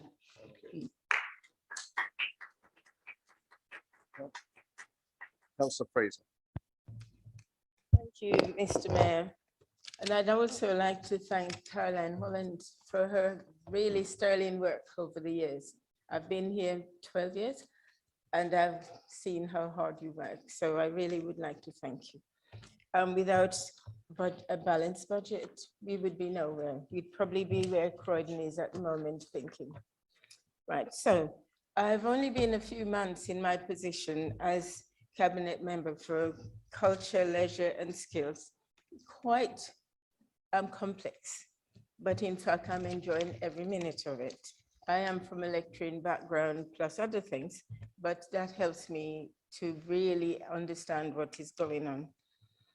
So, Mr. Mayor, I'd like to just tell those who don't know that we have 7 fantastic libraries. How many other boroughs can boast any of that? When I started in 2010, most boroughs were closing the libraries because I don't think they knew what the value of books were. And so they closed them. But in fact, we got new ones. So we have 7 and I've been delighted in visiting them all. Right, so we have the 7 libraries around and COVID has affected us quite badly. But in fact, we fought against that and our libraries have been open. People are returning to them. I've visited them. And if I use an example right beside me, Councillor Draper, he goes singing and playing his music in 2 of our libraries. And it is great to see. I had to remember my nursery rhymes when I went to visit. Right, so the libraries are moving from strength to strength. People are going back to them. We are putting in a lot of things in there. Some people tell me there isn't anything, but you need to go and visit. You can't make up the story from not being there. Lots of things have taken part in that the children, young, whatever they are, and I know Helly has a lot of those children to contend with sense difficulties, but we have a lot of sensory situations and equipment for them. And time is flying by. Right, so in order to thank the volunteers, because lots of volunteers keep our libraries open, we are doing some events which normally would be the mayor's, but in fact, it's not possible to do it that way because they are on a much smaller scale. I was at West Barnes and Rains Park on Monday, and there are others to follow. There are lots of other changes taking place, and I can't really even tell you them, but they're on the website. So if you go to www.merton.TV/libraries, you will find all of what you need to find. Thank you. Councillor Barlow. Thank you, Mr. Mayor. Mr. Mayor, as opposition councillors, we seek to scrutinise, amend and persuade. But in some cases, the only thing we can advise cabinet members and officers to do is to tear up their plans and start again. This is certainly the case with the council's local plan and future Wimbledon planning document, which is why our amendment says it's time to start again and to end Merton Labour's high-rise concrete vision for Wimbledon. Because we are already seeing the impact of this, with the Labour majority on the planning committee approving an application for a 12-storey office building at St George's House East, despite this breaking the council's own development policies.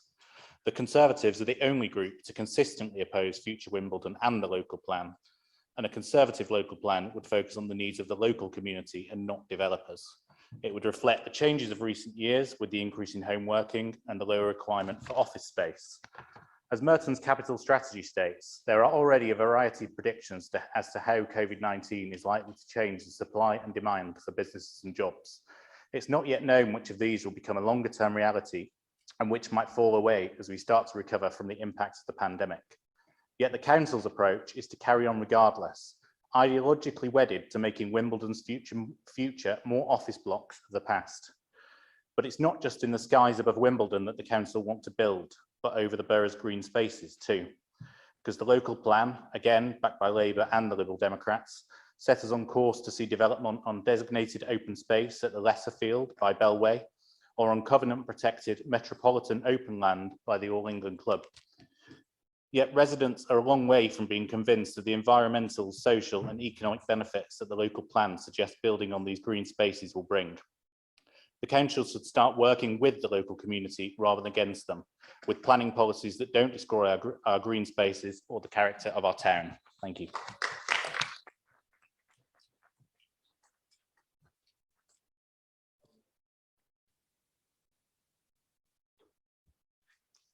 And that I will also be flexible with Councillor Haney's red light if he wishes to go a little bit further. Stand. Oh. No, I won't. Yes, I will. Sorry. Yes. I was reading my notes. Yes. Go ahead. Sorry. Thank you, Mr. Mayor. I have been a member of this council for the past 20 years, serving the residents of this borough as a Labour councillor. It didn't take me long to realize the liabilities of power, what you can do, what one can do, what one cannot do. But I'm pleased to say that this Labour administration over the years have successfully kept council tax low to the satisfaction of residents. Schools have been improved and have maintained educational standards year on year. We have recently built a new secondary school so that many parents need not send their children to schools outside the borough. And what about libraries? Councillor Fraser just told you all the good things about libraries. No closures, standards maintained, and service improved where necessary. Mr. Mayor, I am indeed proud to have participated in the achievements of this Labour administration, and I'm sure that when Labour wins the election in May, we will continue to serve the residents of this borough, improving services. This is my last council meeting. Thanks for your friendship and support. I'm not going anywhere too far. I'll be around. A few weeks in the Caribbean, but I'll be around. So best wishes to everyone.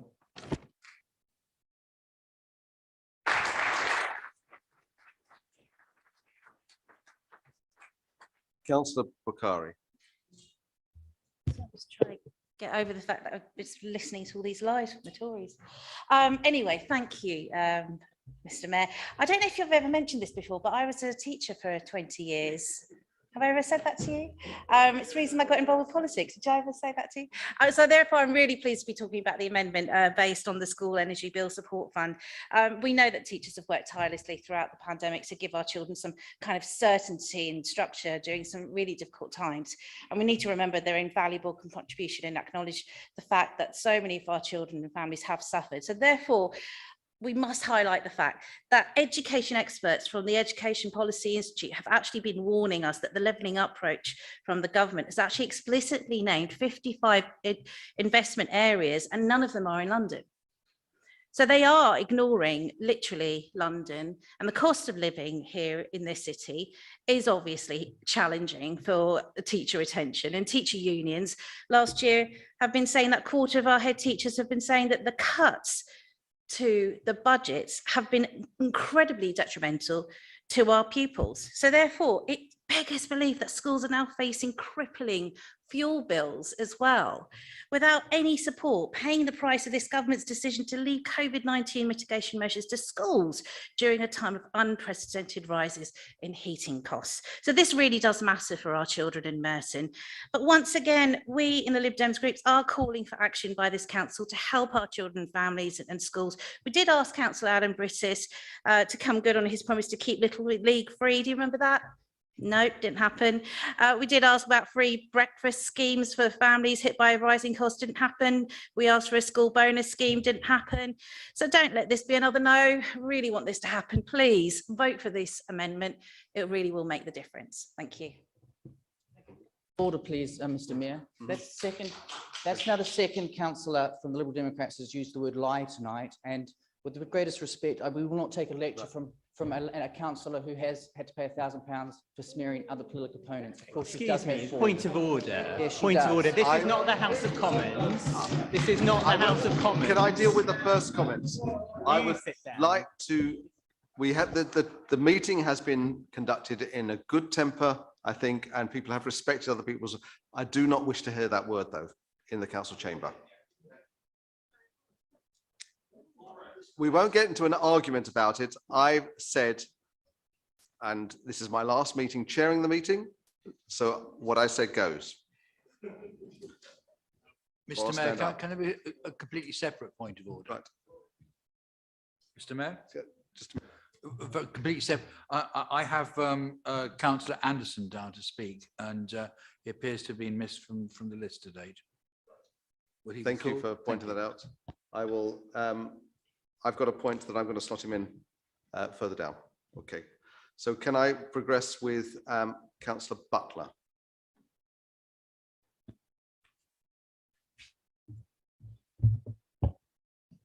Thank you, Mr. Mayor, and hopefully a bit calmer my speech tonight. And it will be my final speech as Merton councillor. And I want to say that I feel so honoured to have been given this opportunity by the residents of South Wimbledon to represent them on this council. And I'm so glad and privileged that I could work with this council, this administration, and all the colleagues present over these 4 years. This budget and the offering over the last 4 years has made me proud to be part of this council that has weathered extreme economic and funding uncertainty, as we've heard much of from my colleagues tonight, and yet still providing great services for Merton and supporting the most vulnerable in our community. This role has shown me the best of Merton and London in our grit and determination to get things done and be there for people, whether it be the charities and community groups that look out for one another day to day, the breathtaking rally of camaraderie and support during the COVID pandemic. And we see it now in our communities, outpouring of giving and solidarity with the Ukrainian people in defiance of the worst forces in this world. Of course, it would be remiss of me not to mention as I depart a message to government about truly supporting our communities. While funding increases and certainty would be great, along with considerations of what levelling up should really mean, there are wider obstacles that local authorities face which require national solutions. Let's get more social housing built. Let's give my generation and the next a fighting chance in finding affordable homes. Let's get rid of these horrible and endemic housing waiting lists. Let's support our institutions to properly prevent the worst changes in the climate and properly support our communities in doing so. No half measures, whatever it takes. Despite these challenges, I have been awed daily by the talents and efforts of all council officers I have encountered, along with a deep respect for all the work you do for Merton. Thank you. I came to the council as one of the youngest in 2018 intake with so much to learn, and I'm so glad that I could learn from all of you.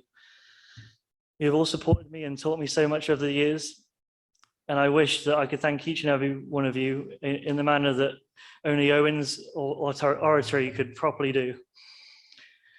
And of course, especially my ward colleague Ellie, there really aren't any words to convey my thanks to you for everything over the past 4 years. Not only have you been there for me professionally, but also personally when going through the most difficult times.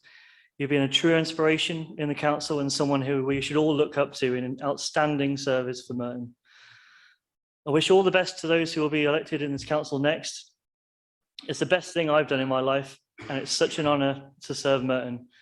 Based on the values of this budget, closing words of advice to the next cohort of councillors, which I'm sure Ellie will endorse, from another inspiring person and former councillor for Merton, Katie Neep. It's all about the children. Always remember them and do justice for them. Thank you.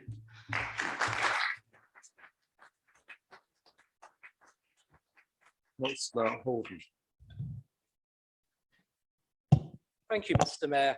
The street environment is very important to the residents of Merton. Merton residents want to be proud of where they live and want it to be clean and tidy. For years now, as you may yourself recall, the councillors on this side have continuously highlighted Labour's failings on the Veolia service. We have seen rubbish cabinet members come and go at regular intervals, all having claimed that Veolia service had teething problems or any myriad of other reasons to explain the poor service. All the while, this council told us and the public that it would get better. Extra money was thrown at Veolia, but that made little difference. Then, with some cheek and brass neck at the recent scrutiny meeting, the council decided, after all, that Veolia were not keeping the streets clean and issued a press release during a meeting. For years, your own leadership had been saying how things had been getting better. So why, out of the blue, all of a sudden, did Labour change their mind and claim Veolia is not working? Is it just because there's an election? Quelle surprise, you are not kidding anyone. Individual residents, groups and organisations across the borough and also the Conservative councillors have long known that streets only get cleaned, public litter bins emptied and blocks of flats serviced if we, together with residents, continuously kick off a fuss. That shouldn't be the way it's run. We have long called for stronger enforcement of the Veolia contract. We've also asked for that blocks of flats not to be neglected by Labour. Many of us live in blocks of flats these days. Street sweepers should go after the bin men, not before them. And public shaming of fly tippers and fines issued should be more prominent. Recycling facilities should be made more available for those who can't or don't have a car, so they can't get to the council tip. And only we can be trusted with the Veolia contract renegotiation after the election. These are just some of the ideas to improve the street scene. And Mr. Mayor, I'll finish by simply saying, it's time to bin Merton Labour.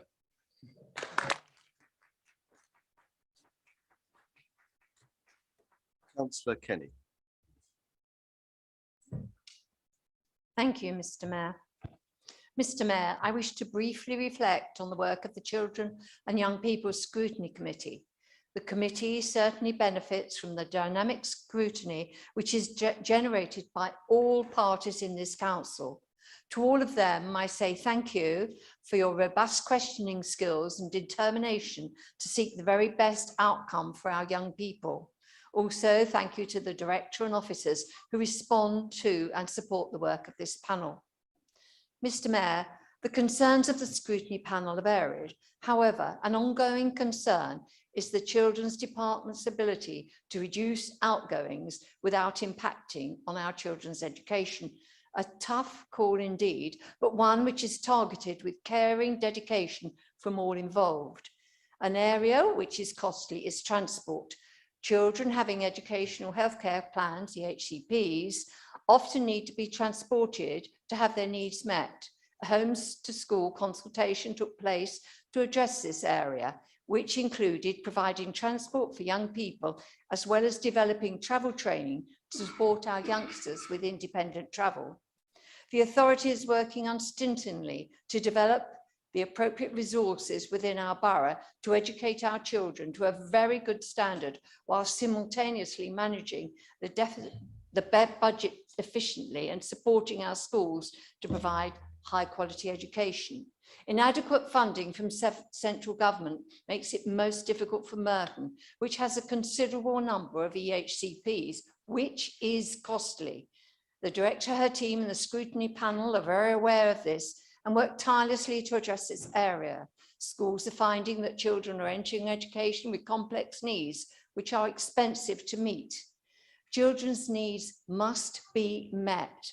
I've asked the director to include in her departmental update an ongoing update on this area to keep us all informed.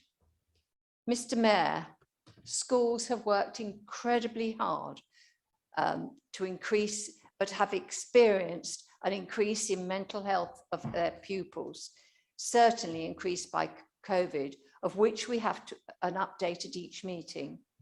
We are all corporate parents for the children of Merton. The health and education of Merton's children are a priority for every one of us in this chamber.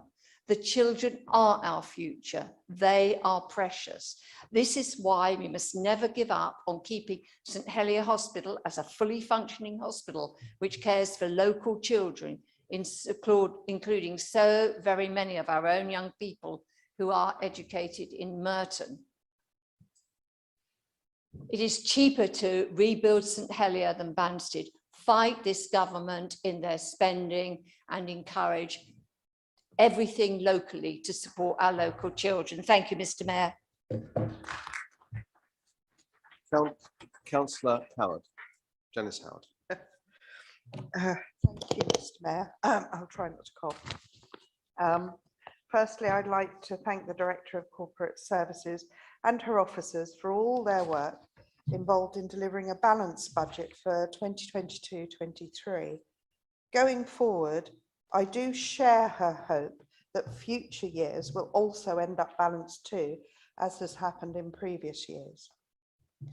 The pandemic has had a huge impact across our borough, and as we emerge, there is even more need to support our residents. In addition, the rising cost of energy, food, and fuel has had a huge negative effect on our residents. We need to focus our support as they struggle with being able to manage their bills and the toll this takes on their mental health, already exacerbated by the pandemic. One simple way of helping with health, well-being, and mental health issues would be to roll out the gym equipment in all our green spaces. Many of our residents cannot afford a gym membership or have had to give up their membership to make ends meet. This would be a simple and beneficial way of delivering health and help. So I'm sure the money can be found during this year from the usual budget underspends. We really cannot underestimate this increasing need for mental health and well-being initiatives.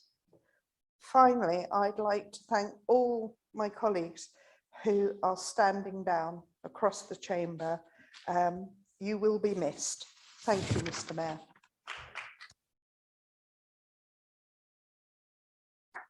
Councillor Makin.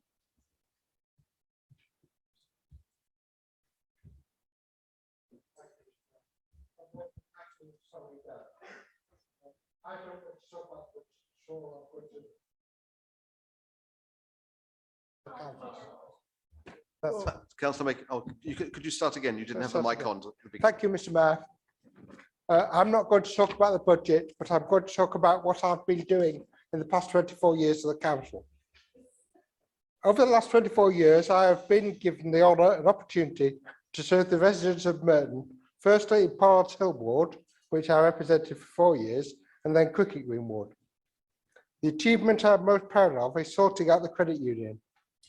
Stephen Allen Peters asked me to replace him on the board of the credit union, which met in Croydon every month. I soon found it was very disorganised.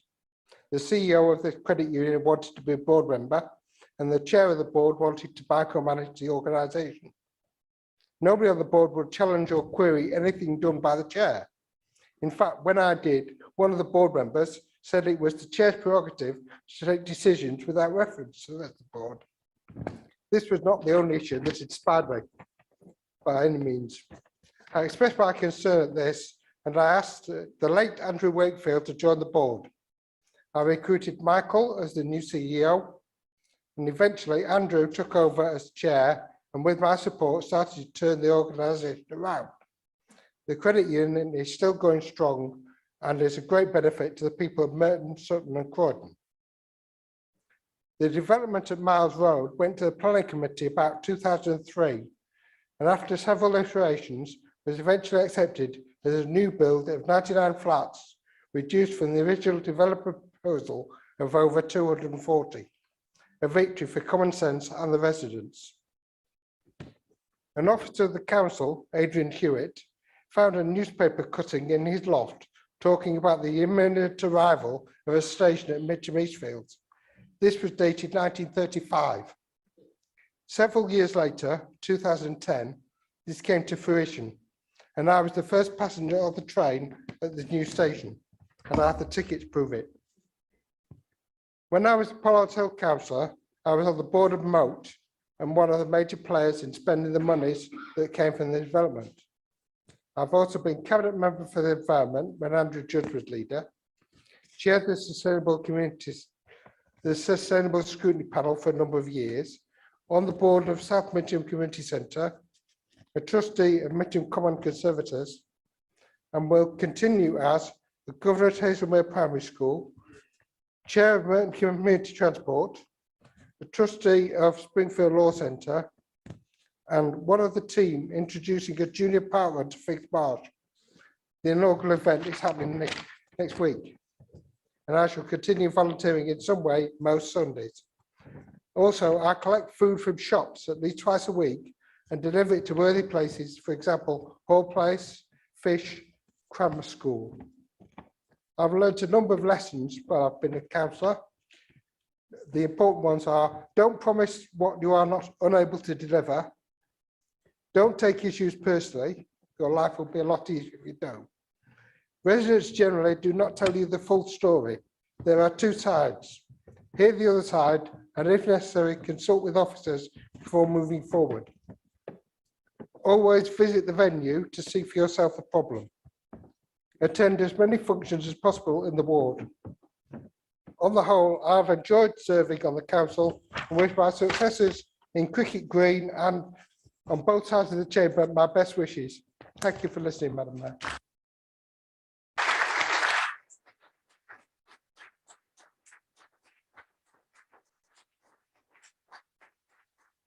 Thank you, Councillor Macon. I should have said that I was going to waive the 3 minutes there as well. Councillor Southgate, you also indicated you may wish to go slightly over. Yes, thank you, Mr. Mayor. Let me start with an item of unfinished business from my earlier speech. That is, in fact, to thank Caroline Holland for her support to the Commission and to the panels during the process of budget scrutiny. If I look back over the 16 years that I've chaired the Commission, that's 16 budgets as well. Your prudent management, Caroline, has always ensured that our finances are in good shape, and I'm grateful to you for that. Turning to the amendments, and thank you to both opposition parties for early sight of these. We do agree with the Conservative wish to see an ambitious vision for Merton that addresses recovery from the pandemic. And in my speech, I tried to highlight some of the damage that has been done to our mental health over the last 2 years. So funding for a youth and children recovery fund is welcome. That said, it's all very well to take £500,000 from the OCPBR to fund this for 22-23, but it does need to be put on a sustained footing for future years, and detail on that is lacking. Nevertheless, we will be supporting this amendment. Both parties want to cancel the reduction in the grant to Dean City Farm, and we agree with that. Let me tell you, in every budget, there is one saving that is so outrageous that I can only believe it's in there to see if, or to check rather, that scrutiny isn't asleep at the wheel. So I'm glad you shut that one out. Of the 3 Lib Dem amendments, first one incorporates some multiple recommendations, so we like some bits, not others. In the first amendment, we support the proposal to beef up the strategic framework by regular monitoring. However, we do not support a cost of living rebate of £8. £8, really? As election bribes go, at least this is a cheap one, but it's not really worthy of the high ideals to which the Lib Dems profess to aspire. We support the second Lib Dem amendment. We would like to see that extended to a level access route from Dorset Road to the Morden Road tram stop. But we do not support the third amendment. It's not called the dedicated schools grant for nothing. So if government wants to cut local authorities out of school administration, they should accept full responsibility for ensuring that they're adequately financed. Let me come to my main reason for speaking, or one of them actually, which is to remind you about the scrutiny survey. I hope you found these on your desks, and whilst we're wittering on, you could have been filling them in rather more productively. So do make sure you do that. Scrutiny does matter. When we get it right, it can make a real difference to the lives of our residents. To be honest, it's felt a bit heavy going during the pandemic at times, but I'm optimistic for a bright future for scrutiny in the next council. That leaves me, I think, with perhaps 30 seconds to sum up the last 20 years with the council. And in truth, that's an impossible task. So I'm just going to say, I found my time here to be enormously stimulating, challenging, and enjoyable by turns.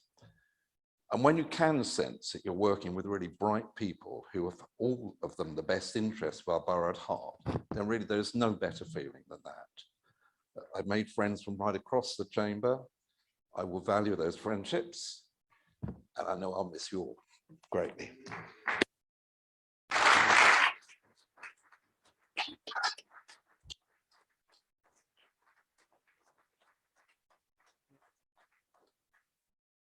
Thank you, Councillor Southgate. We've got this far through before anyone's mentioned how they're going to be voting on the amendments. So just to ease my voting later on, or the organisation of voting, do I understand that you're voting 2 for yes, yes, no? Are you, no, no, no?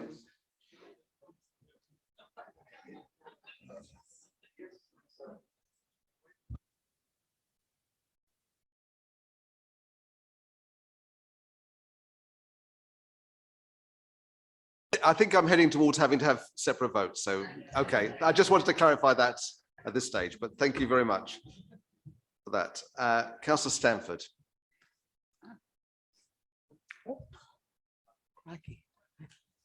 Thank you, Mr. Mayor. Listening to the scenario that has been sort of being described over the past hour or so, it's brought back to mind how it was when I first came on the council 30 years ago in 1990, when the Labour achieved a majority on the council and were faced with crumbling schools, resources, no resources in schools. My kids had to take their own books in and sit with buckets around, just catching the leaks. Crumbling schools, as I say, hospitals, housing, a reduction in resources, all following the 10 years of neglect by the former administration, which was, of course, the Tories. And not helped, of course, by a Tory government as well at the same time, a double whammy.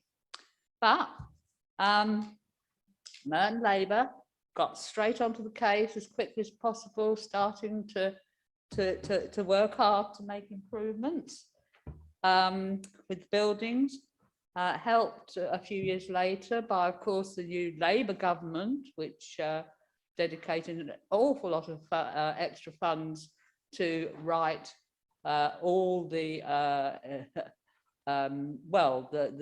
just leaving the boroughs to go to rack and ruin over the last few years. As I said, we seem to be having exactly the same kind of situation going on in the last 10 years. During the time, I've worked with both Figs and Graveney councillors, because we've always worked together as a team in our wards, and we've had so many achievements by working together with businesses, with friends groups, with all kinds of volunteers groups and other organisations, sports groups, voluntary groups, plus invaluable support from people like friends groups who have helped with projects to improve the local environment. A load of different stuff that we couldn't have achieved without all the help and support from the residents of the wards and the businesses and all those other people. So I'd like to thank my colleagues in both Figs and Graveney, and that includes, of course, yourself, Mr. Mayor. And I'm really grateful for your support, and I hope you carry on your hard work in your new teams in the future. I'm very proud to the way the Merton has, Labour Merton, that is, has handled the pandemic and kept our services running and done their best to keep our residents healthy through the last couple of years, in spite, dare I say, of the chaotic way the government has dealt with the situation and the usual lack of appropriate funding when it's really, really needed. So again, I want to thank all the hardworking staff, council staff and officers working on the frontline services, been keeping things going throughout the last couple of years, and everybody else, all the other councillors, including I'm going to say this, including some of you on the other side, who, in spite of your politics, I think that underneath it all you are good people, just a bit misguided, dare I say, misguided. So good luck to you all in what you do. Mr. Mayor, Merton is a cracking little brother, and I'm so proud to have served in it. Little did I know when I moved into Gravelly Ward in 1970 what the future would bring. I'd never heard of Merton before. I actually thought I was still in Wandsworth, which is where I had lived previously. And people still, even now, still ask me, where's Merton? You know, never heard of it. So I mention, oh, tennis championships. Oh, they say, oh, you mean Wimbledon? I said, no, I mean Merton. I said, there's more to Merton than tennis, much more. So, as I say again, well done to all of you, all the staff, everybody has worked together throughout this dreadful time over the last couple of years.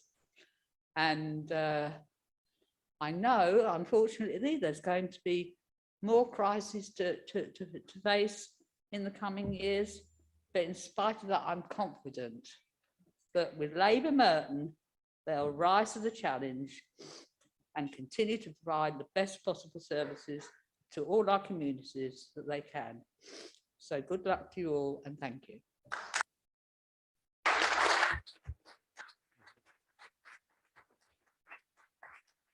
Councillor Omar Bush.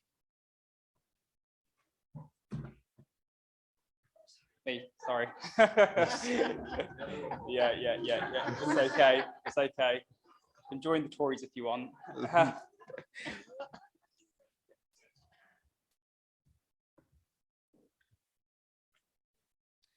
Thank you, Mr. Mayor. Since the last election 4 years ago, this Labour-run administration has constantly failed on enforcement, which is highlighted by non-existent planning enforcement, lack of waste and street cleaning, increased fly tipping in Merton, and lack of parking enforcement. This non-existent enforcement of planning has been at the detriment of our residents. I have seen firsthand applications being approved by this council on the basis that trees would be planted.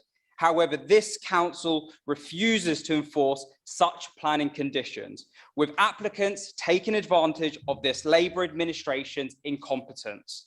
And to make matters worse, this Labour-run council doesn't even respond to residents when complaints are raised regarding planning. It begs the question, what do they do? As this is definitely not businesslike. Mr. Mayor, unfortunately, street cleaning is at an all-time low, and fly tipping is at an all-time high in Merton. Our streets are full of rubbish, and we are known as Mucky Merton. And why not? When fly tipping in Merton is above the national average, because once again, this Labour administration and their lack of enforcement has led to zero accountability. Mr. Mayor, you would think this council would at least get parking enforcement right. And the council does tax motorists, but once again, fails to deal with abandoned cars which have riddled Merton. Mr. Mayor, we have a clear option over the next couple of months. Either we stick with the same old Labour-run council, or we can have a fresh start.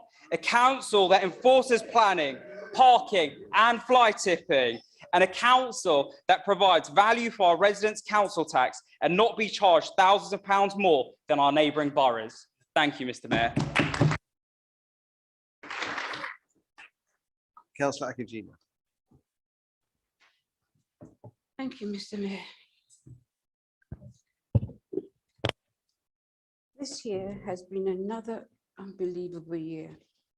I said the same thing last year, hoping by now things would have got better. But no, we're now in a new crisis, which is brewing, and I pray that our leaders are sensible enough to remember that they have human lives to think of. In Merton, we try to keep our residents safe. We've put down £1.2 million to upgrade and improve our CCTV in the borough to support the police and to make our residents feel safe, and in place to reduce and identify those involved in antisocial behaviour. Due to recent events, including the tragic murder of Sarah Everard in Clapham, March 2021, and of Sabina Nessa in Greenwich in September 2021, and of Yafi Yasmin, Shikafa and in Maidenville in January 22.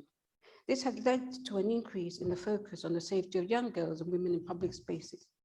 This is why we in Merton have set up our own task group with various partners to ensure that women and young girls feel safe and comfortable. We have been commissioning and managing the delivery of frontline services of domestic violence. Our one-stop shop is now back face-to-face after being done virtually through the lockdown. Having listened to feedback to the task group has developed a plan to set on intervention aimed at improving the safety of women and girls across the borough, to be funded by the Merton 2030 implementation and MOPAC LTFP. One is training 20 street pastors. That's an interest there, which I'm one, but I've already been trained, so it won't affect me. Street pastors are trained, they have 6 months training or more, depending. And they are not a church. They're members from a church, but they are not a church. 2, targeting and training and supporting the night economy staff, making sure they know when people come in to ask for Angela, which was a code, is a code that was developed in Merton, where a lady in trouble can go to the bar and ask for Angela, and the staff know that she needs help. It's amazing how people sit down and think that it's easy to do stuff. This Merton Labour group worked very hard. When you're sitting down pointing fingers, remember that the other 4 are pointing back at you. Life is not an easy. We try to support our community, and the community do appreciate, and it's good that we actually ask them. You may feel that it's a waste of time to ask the community, but when you do that, you neglect them. People are thinking about going to the park to to go and put lights up. Well, we've already done that in Wandle, and the residents actually don't want lights. So when you're thinking of doing stuff, ask them, and they will tell you what they actually need. So as my time is up, I support this budget. Thank you. Councillor Dean. Nice surprise, Mr. Mayor. I was going to talk to you about trees for some reason. They say ignorance is bliss, and for the incumbent, that's true. For the rest of us, the Labour group cause angst for everyone who understands the need for trees in our borough. One of the building blocks of life is oxygen, and they only come from trees in close proximity. Now, the Labour's leadership's view on trees is this, and I quote, "Trees are a distraction." This attitude leads to Labour councillors voting for the felling of trees like the multiple mature specimens being chainsawed today in Ravensbury Ward. And that's a terrible shame, because Labour councillors simply don't care about the hundreds of trees that have been cut down at their behest recently, leading to poorer air and health problems amongst residents. So they are the facts, Mr. Mayor, but suddenly there's an election. And to save Labour's face, they claim to be on a tree planting mission. But there's no long-term budget, no plan, no inclination. It simply will not happen. Today, we saw Labour's new video showing the planting of young trees, not by them or the council, in an effort to create this smokescreen to the wanton damage being wrought down the road in Ravensbury Ward. Even those young trees would take 10 years before they release oxygen into the atmosphere, and they will not replace the fallen trees in Ravensbury. However, long-term tree planting and the protection of more mature trees is possible if Conservatives run Merton. After all, we already do this at no cost to the taxpayer year after year. So for the people's sake, it is best to let the hardworking Conservatives lead Merton. We mean what we say, and we have the means to deliver. Labour's tree planting policy has a sell-by date of 5th of May, election day. If you love Merton and care for the environment, make sure it's Labour's last day in office. Thank you, Mr. Mayor.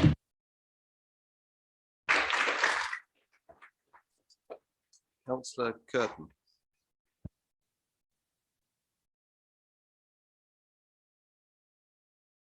Councillor Curtin online.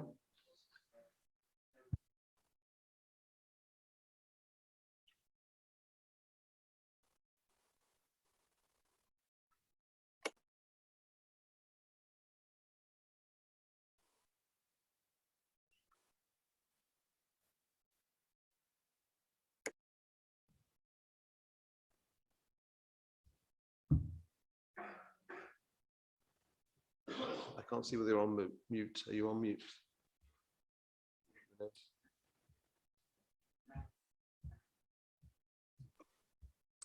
Right. Okay.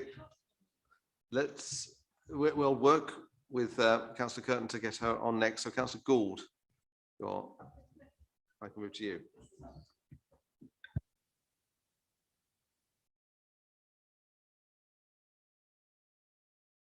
It's going so well. It's the wrong one. Mr. Mayor, you may have thought that somewhere in the 643 pages that the climate emergency would have found a place, but no, don't look up. Labour have written the climate emergency out of existence. Councillor Allison, you have failed to mention the climate emergency in the Merton Capital Strategy or included in the recovery plan. Councillor Allison, have you read the latest report published by the IPCC? We all know the climate change is affecting our residents now, today, and yet you seem to have relinquished your responsibility into the hands of residents, expecting them to deal with this emergency alone, leaving them with a threadbare net zero action plan. Disappointing, not unsurprising. We saw how the council refused our advice and failed to divest its pension from fossil fuels. We welcome the council ending its contract with Gazprom. So many missed opportunities by an uninspiring and unambitious administration. It took us to point out that a tree strategy was missing from the climate action plan, as was and still is a climate member responsible for action to tackle the climate emergency. Too little too late. This tree strategy will not save the 500 trees threatened with destruction if the old tech plans are passed, as we saw with Trust Ford, no enforcement from the council on trees removed, even in a conservation area. Still no biodiversity strategy. But it's not just about trees and tech, as heard in the Tory amendment.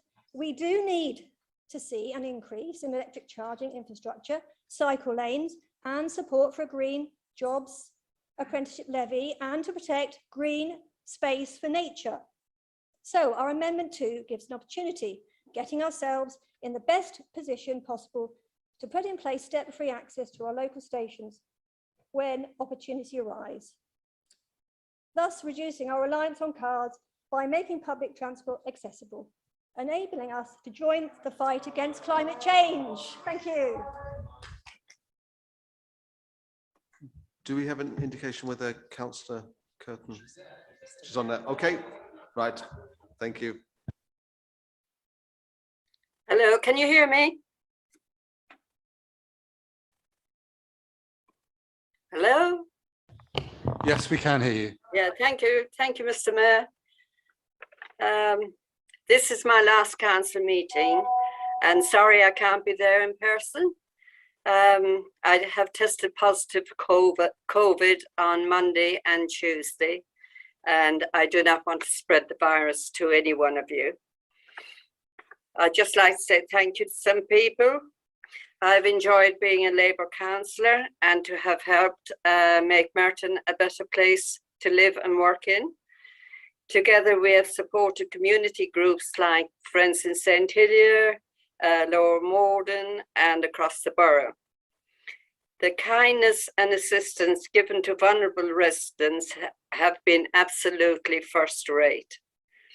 I also want to thank you for giving me the honour of being Mayor of Merton, and to thank you all for the fantastic amount of money raised for charities. I will cherish those memories.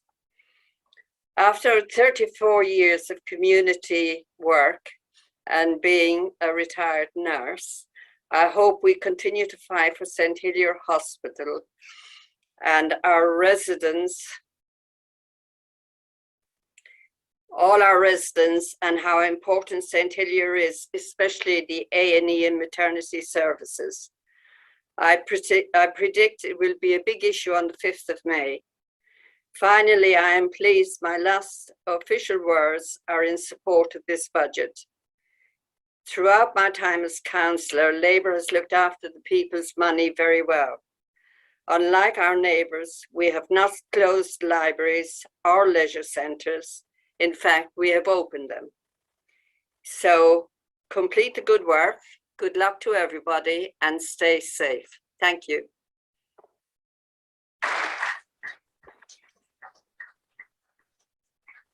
Councillor Morden. Thank you, Mr. Mayor. And I also thank the Director for all of her work on this budget. After the murder of Sarah Everard last year, we held a special debate in this chamber, and we all agreed to ensure that services and infrastructure across our borough would be provided for the protection of all of our residents, and especially for women and children. And yet the fear of crime is high, and concern for safety of children is growing. For the health and well-being of our residents in Merton, we do not wish to see residents preferring to drive rather than to walk, fearful of using our parks or walking home to or from school. Lighting in streets, parks, alleys and public spaces should be a huge priority for this council. Mr. Mayor, this Labour administration have been slow to light our parks properly, and we have evidence where they failed to keep some existing lighting working. This needs real action. Conservatives have made it a priority, and we need to ensure that paths, and especially main paths in parks, are well lit. We're championing more lighting in Wandle Park, Wimbledon Park, and Morden Park. Lighting for poorly lit and dark pedestrian alleyways should also be prioritised, and we will continue to champion CCTV at particular locations. Mr. Mayor, sadly, we have learnt that a number of roads suffer from lower levels of lighting. Roads which switched to LED retrofit bulbs for climate targets then broke, and the council has been slow to refit them, making the lighting issue worse for residents. Mr. Mayor, it is incumbent upon us all, on all sides of this chamber, to ensure safety for all of our residents, and Conservatives will make this a priority. I urge you to support this amendment for a safer and brighter borough. Thank you. Councillor Draper. Thank you, Mr. Mayor. Mr. Mayor, in supporting this budget, I'm going to massage my huge ego with a farewell speech. Mr. Mayor, when I first got elected to Merton Council, half the age and half the weight I am now, my auntie Pam gave me this good advice. She said, I can't do the Liverpool accent. She said, Nicholas, don't tell lies. Don't do anything you're ashamed of. Well, I've done my best not to tell lies. And there's not much that I'm ashamed of, honestly. But what makes me happiest, however, is knowing that long after I'm gone and forgotten, the things that I've been involved with will still be around. Things like Cricket Green School, the best regarded special school in London. The Cannons, currently being transformed with HLF money. Collier's Wood Library, Morden Leisure Centre, and transforming the ugly, derelict 14-storey Brown and Root Tower built by a Tory council in the early 60s into something almost beautiful. But in all those cases and more, all I did was help along the real work of the team of councillors and officers together, and particularly officers doing that work. So many brilliant people. I'm going to name just a few: Steve Langley, James McGinley, Anthony Hopkins, and Chris Parslow, who helped me first of all when I first came here as a surprise councillor, up until when she recently retired just before me, and so many more. And remembering that this is the budget meeting, all of this was only possible through the very careful financial management of Caroline Holland, and of course by Mark Allison, Stephen Allen Brittis. Because there's always loads of ways to spend money, loads and loads of worthy schemes. But if you haven't got the money, and face it, the current government haven't helped us much with that, then it's just talk. And do we talk? Year after year in this chamber, telling each other how great we are and how awful the other side is. We all do it, we all do it. And virtually nobody other than ourselves is listening. And I won't miss it a bit.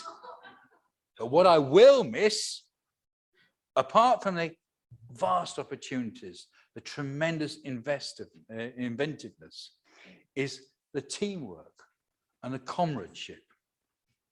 I learned in France as a kid that a comrade, un camarade, is someone not necessarily a friend, not necessarily someone who shares your opinions, but who cooperates with you towards a shared goal.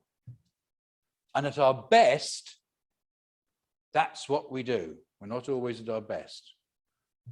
But there has been tremendous friendship here too, particularly when you all shared my grief when Sheila died. And I'd particularly like to thank Siobhan for her friendship at that time. I can never hope to repay that. But anyway, Mr. Mayor, I've got a lot to be grateful for. That's all I'm really saying. So in particular, I would like to thank Auntie Pam actually for that as well. And with that, goodbye and thanks for all the fish.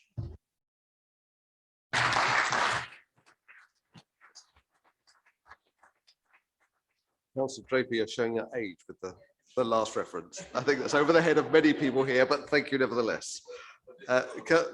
Councillor Andrew Howard.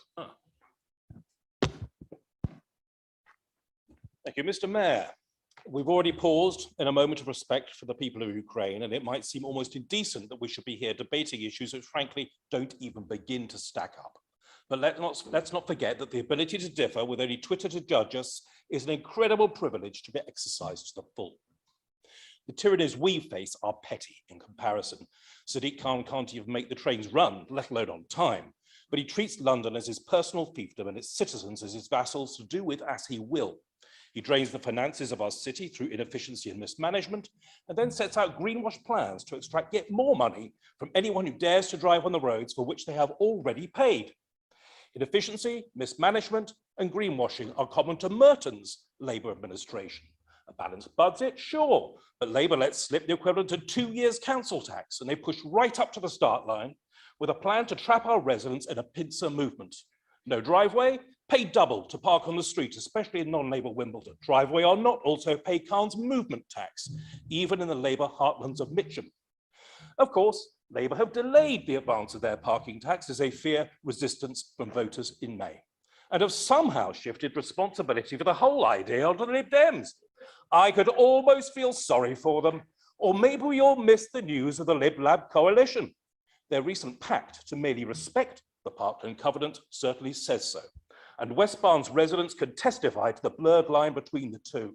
Councillor Quilliam's betrayal of his voters is typical of the cynical self-interest and opportunism for which Lib Dems are well known, and shame equally on Labour for accepting him. If Labour retain control on May 5th, then they will continue to support Mayor Khan's movement tax, and their parking tax will roll forwards just as the wheelie bins did in 2018. Our duty is to make sure the voters see through the furious campaign of disinformation now being waged by Labour on 3 fronts: against the government, against us, and against the NHS. Thank you.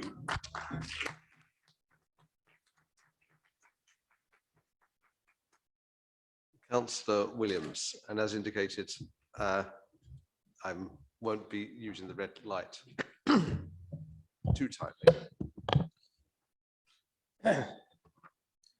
Well, Mr. Mayor, this is my 45th and last attendance at a budget meeting of the council. So I've been doing my homework on the successes and failures of this administration's budgets since 2010. I clearly didn't get the memo that I could have spent all the time talking about my career history, but more precisely, this is their 12th budget, and we do have a statement of accounts for the first 10. Caroline Holland will be not be surprised that I did look at the reserves figures, but the huge accounting changes in 2010-11 make comparisons difficult. So I focused on income and expenditure variations. In the 4 years to 2015, despite 5 years of Lib Dem austerity in a coalition government, they had managed a net surplus of over £15 million. And it went on from there. In 7 of the 10 years, there were surpluses. The net surplus to March 2021 is over £28 million, an average underspend of £2.8 million every year. And yet we are told of continuing crisis. The only crisis is that you can't get your figures to add up year after year after year. As a distraction, we're allowed to play in the sandpit with £500,000 developing a fantasy budget. Well, we won't play in detail with numbers, but we are setting out how a Conservative administration led by Councillor McLean would take a radically different approach. And I have every confidence it will succeed in May. So with your indulgence, you know this is my last speech as a councillor at a full council meeting after 48 years since my first election in 1974 at the age of 22. I do know now that I didn't know everything then, even though I thought I did. I will save you my complete career history for now, but in my 4th term in Cannon Hill, my job took me to Hong Kong in the late 1980s for 2 years, hence the break in service. And from 1990, I've had great colleagues in Hillside, including James Holmes. For 20 years, my friend David Simpson, and of course, Dan since 2014. I'd also, it's been an immense privilege to serve alongside hundreds of other councillors during 12 terms, drawn from all mainstream parties, even though some of them switched to another, including the night I came out of the mayoralty, and of course in Merton Park with allegedly no political affiliation. I would also like to acknowledge my high regard for the professionalism of our officers, who must constantly despair, at least at some time, of our antics.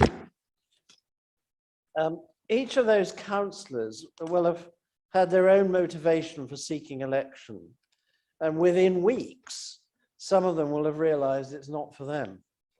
Whilst others enjoy it so much, they want to come back and back.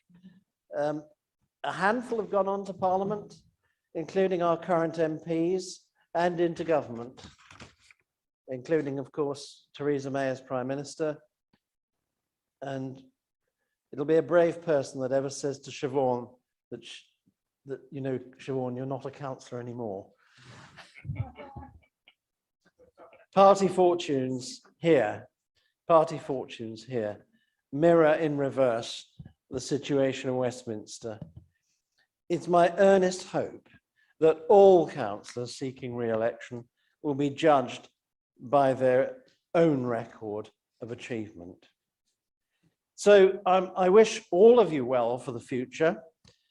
And as we see the candle of democracy flickering in Ukraine, remember what you do here is an honest calling. It is lawful in the name of the Queen to serve the people we cherish and live amongst in our community. In the words of our borough motto, up there and on the floor, stand fast in honour and strength.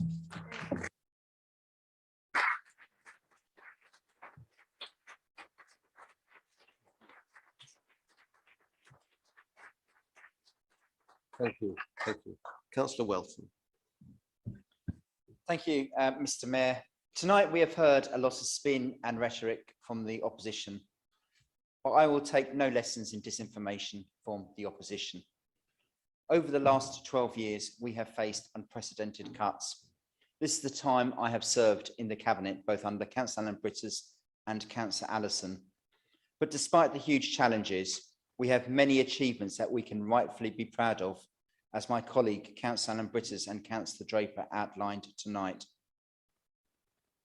It represents Labour values on the side of local people taking difficult decisions. As lead member for the climate emergency, we have made considerable progress in terms of our climate action plan, bringing forward plans this year in terms of zero emission vehicles, but also as well working towards 2030.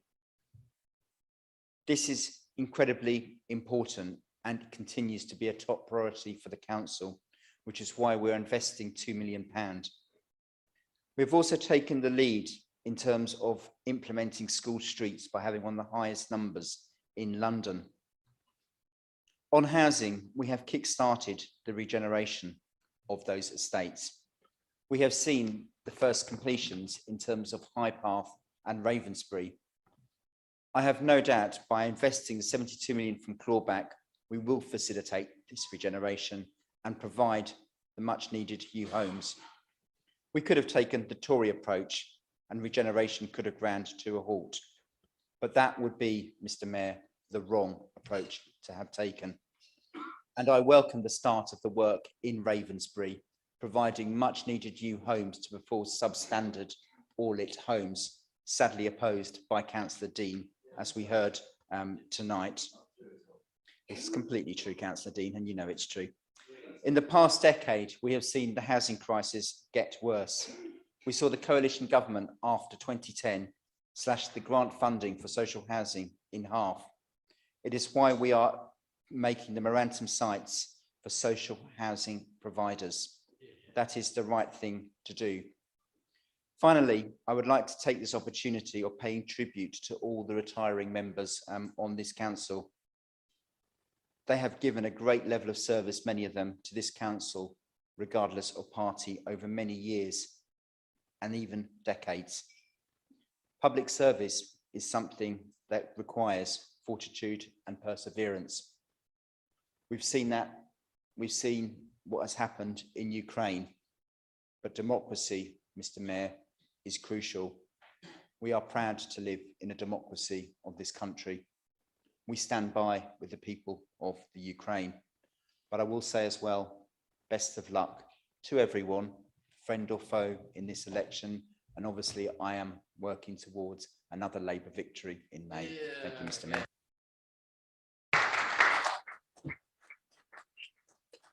Councillor Holmes. So, Mr. Mayor, thank you very much. So this evening, we've heard a lot of people talking about their retirement and talking about their futures, and we'll be hearing shortly from Councillor Cllr, who will also be leaving Trinity Ward at the next election. But, Mr. Mayor, what I want to talk, as well as to you, I want to talk to the residents, because what we have not heard very much of tonight, in my view, is the facts about the money. And that's what the residents are most interested in. And I feel that a resident watching tonight would be quite confused. So I'm going to actually speak to you, Mr. Mayor, but also to any residents who see tonight's debate. These are the figures that count. Mr. Mayor, we are £72 million down because of a contract that was mucked up. We're £2 million down because of a development company that never developed anything. We are £37 million down because of a deficit that was run up. We've heard this evening from Councillor Stringer how much better we're doing than other boroughs on education. Well, absolutely. If we race through money that we don't have, if they race through money they didn't have, they could presumably do very well as well. We've heard from the leader of the council this evening the so-called mess that the government have left us in. I don't know how he can say that with a straight face. A mess that the government have left us in when you've run up a deficit and you then have the gall to stand there and say that the government have left us in a mess. Councillor Allison, when you lose in May, you will have a great future in stand-up comedy because your ability to say that with a straight face is really quite amazing. I knew that Councillor Welton would do his rearguard action as he did last year, and Councillor Pritchard presumably is still to come with a rearguard action. But Mr. Mayor, it won't change the facts. The facts are that the director has said to us this evening that that action had to be taken, so we kept our going concern status. The director said to us this evening, we do not know how much money has to be put in to cover the deficit. We are dependent on the government showing mercy on us. Mr. Mayor, these are the facts that the residents need to be looking at, and they haven't heard enough of them tonight. Thank you.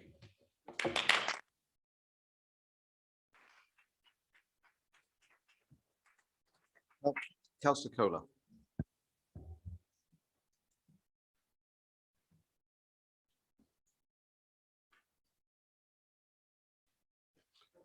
Where is the vision, I asked last year? Not having one, the administration spent thousands of pounds on what became the Merton 2030 survey. And what did it discover? Our residents like green spaces. They dislike mess, fly tips and rubbish. And yes, Councillor Allison, I credit you that you're good at cigarette butts. You're very good at cigarette butts, as the Sun says. But what the residents moan about is the fly tips, which you're not so good at. They also want vibrant high streets, and they hate Labour's car parking charges. So let's address the big fib over parking charge increases, which were never suggested by the Lib Dems. As the seats go, it has a fine pedigree, and credit where credit's due. It shows my opponents have begun to heed my advice to work cross-party. For this, the seat initially was dreamt up by Councillor Gretton, until he got told to stop saying it on Nextdoor. And then Councillor Allison on Facebook and on leaflets started saying it. And now the increasingly desperate Councillor McLean is saying it. I even heard Councillor Dean, who I learnt tonight is a very blissful fellow. I heard him shout out, it must be true. The Labour leader said it. The cosy duopoly in all its glory. So let's be clear. Firstly, the Lib Dems are opposed to Labour's existing tax on not voting Labour, which, Councillor McLean, let me remind you, the Tories did not even bother to oppose during the consultation, either being too lazy or incompetent to submit anything. Look at the record. And secondly, we are opposed to Councillor Allison's new tax on not voting Labour, which we all know he plans to introduce if re-elected. So, Councillor Allison, if you really want to save people from paying additional Labour parking taxes, why not advise the voters of Wandle to vote Lib Dem in May and cut out the middleman? Turning to the Tory amendments, Councillor McLean's speech, Wandsworth received £98.2 million next year, Merton will receive 41.3. They also get huge amounts of SIL payments from skyscrapers across 9 Elms. Is that really what you want from Merton?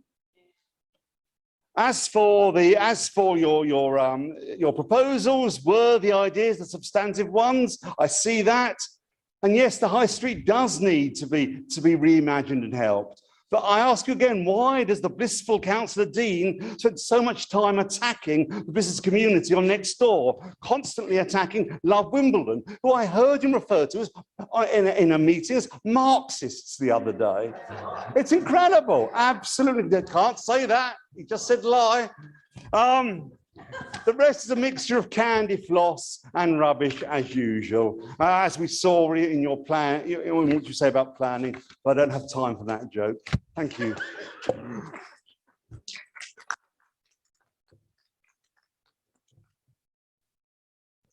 No, Councillor Dean, you've spoken already. Please sit down. Councillor Dean.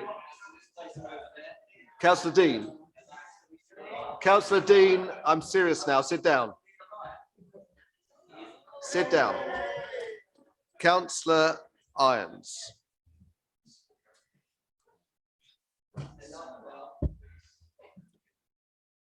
Has everyone calmed down? Good. Thank you, Mr. Mayor. Mr. Mayor, on behalf of every parent in Merton, I'd like to take this opportunity to thank the staff, volunteers and trustees of Dean City Farm for every afternoon that's been rescued from endless screen time and for every cup of coffee and slice of cake consumed too quickly whilst a baby naps. Thank you for your work to protect and grow this wonderful community space. No one here is disputing the special place that Dean City Farm holds within our community, and it is not only a haven for families, but it also provides a unique space for those looking to escape urban life and opportunities for young people to learn new skills. In short, Dean City Farm is not just a city farm, but one of our community's greatest assets. That is why this council, in the face of a decade of government austerity, continued to invest over £1 million of grant and capital funding in Dean City Farm. It's why this council have worked with them to expand their riding school, and it's why this council have committed to working collaboratively to secure a long-term financial future. Because, Mr. Mayor, if we are to protect Dean City Farm from the uncertainties and gaps in this council's funding, we must take action to secure its long-term financial future. Drawn up in collaboration with the trustees, the proposal put forward in the budget commits this council to working with Dean City Farm to find comparable funding to reduce the deficit created from the grant and provide capital investment support for future projects. This council remains committed to supporting Dean City Farm, but to secure its future, we must change how we support it. For our Liberal Democrat colleagues who spent a lot of time in this place talking about working collaboratively, I'm disappointed that they would throw out a proposal and agreed plan that was created through collaboration. However, I expect nothing less from our Conservative colleagues, who, in an attempt to distance themselves from the conga lines, cronies and chaos of their government, have asked our community not to focus on who leads this council, but how. Well, Mr. Mayor, it is clear that on any measure, they are not fit to do this job, because the facts are that they would balance the dedicated schools grant on the back of vulnerable children. They would take them out of placements too quickly when the costs go up, and they would force families through the tribunal process. And when they talk about supporting children, they are actively campaigning to remove the A&E, children's and maternity services for the most vulnerable families in our community. So you can be sure that the Conservative group will always defend the chaos of their government over the services our vulnerable residents rely on. So for the security, prosperity and future of Dean City Farm and this borough, I support this budget. Thank you.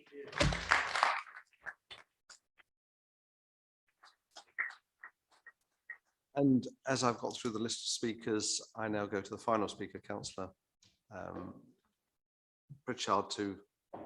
Now, you reserved your right to speak, so you're now speaking. Thank you, Mr. Mayor, and thank you to the Director, her team, and to Tobin for all the work involved in this. 10 years ago, when I decided to get more involved in politics, it was in the aftermath of Labour's election loss and the beginning of the Lib Dem Tory coalition. Since then, a lot has changed, but one thing has remained constant. Labour has not been in power nationally. So I want to take this opportunity to remind people of what happens when other parties govern. I've picked 5 examples from 5 policy areas that our residents through your Merton and Councillor McLean have identified as important. First, healthcare. There are currently 6 million people on the NHS waiting list in England, the highest number ever recorded, with over 300,000 of them been waiting for over a year.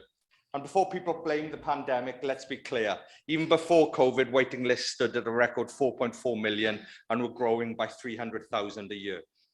Poverty and inequality, almost a fifth of pensioners now live in poverty, as well as 3.8 million disabled people and more than a third of children, that's 4.3 million, with 500,000 of those kids living in destitution, the severest kind of poverty, which leaves me onto housing. Over 120,000 children in England are homeless. 500,000 do not have a bed to sleep on. Why? Because the number of affordable new homes has fallen by 90% since Labour was in power. And with it, home ownership across all age groups, with over 750,000 fewer home-owning households aged under 45, i.e. those with young children. Fourth, the economy and our high street. 5 US tech firms account for 1.3 billion in lost corporation tax every year, while high street shops pay business rates under a system that hasn't been reformed in decades. Even before the pandemic, 2019 was the worst year for the high street on record. Over 2,500 jobs were lost per week and 16,000 outlets closed for good. In total, since 2010, high streets across the UK have lost 10,000 shops, 6,000 pubs, 7,500 bank branches, and 2,000 libraries. Finally, safety. We now have 8,500 fewer police officers, 7,500 fewer police staff, 7,500 fewer PCSOs than we did in 2010. The impact of that: only 1 in 20 crimes leads to a charge. Only 1 in 50 thefts are being solved. Violent crime has risen to record levels, with nearly 2 million violent offences last year alone. And despite being in the midst of an epidemic of violence against women and girls, charging in rape cases has fallen to just 1.4%. All of this means it's no wonder the PM admitted his government's record was one of soaring crime rates when he took office. The reason I say all this, Mr. Mayor, is that you know that when the Tories criticise this budget and the services we provide, and ignore the fact that we do so in the face of one-year settlements, an over-reliance on regressive tax, a delay in the fair funding review, a delay in business rates reform, a delay in the online sales tax proposals, a delay in SEND reforms, insufficient funding for adult social care, public health or high needs, and a lack of funding to do the levelling up they crow about. They're doing nothing more than criticising our solutions to the problems they created. The last decade of decline is theirs to own, and the fault is theirs alone. Mr. Mayor, I thank all the officers for the work they do in the face of this, and I second this budget.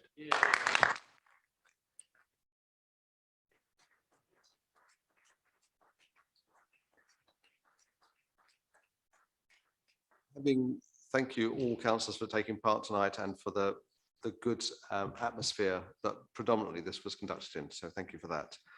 Made my job a lot easier. We now, having finished the debate, we move on to take the amendments, and I will take them in order that they were moved. So they are by roll call, as I said. And so first of all, we take a roll call vote on the Conservative budget amendment. And I'll ask Louise Round to call the names of every councillor. Please respond clearly.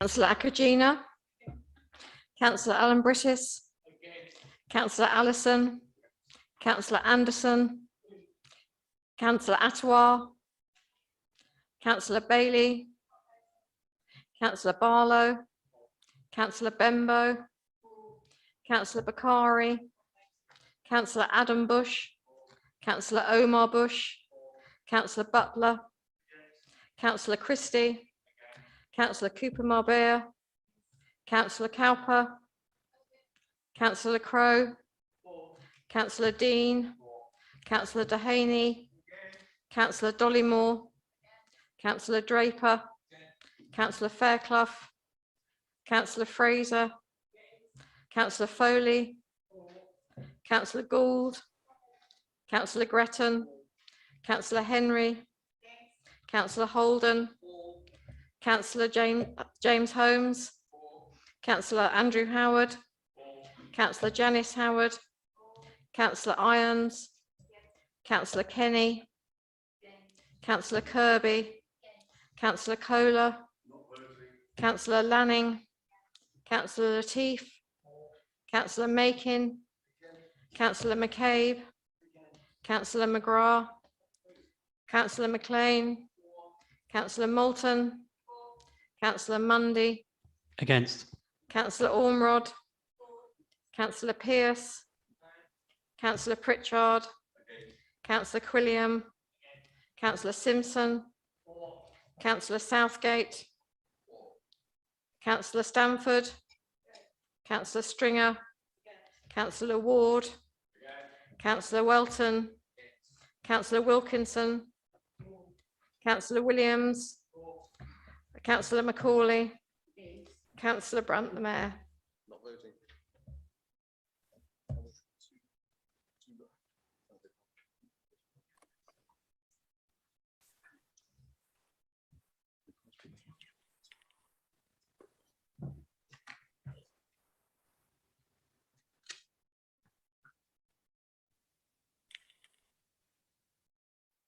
The outcome was 24, 29 against, 7 not voting on the Conservative amendment, so that falls.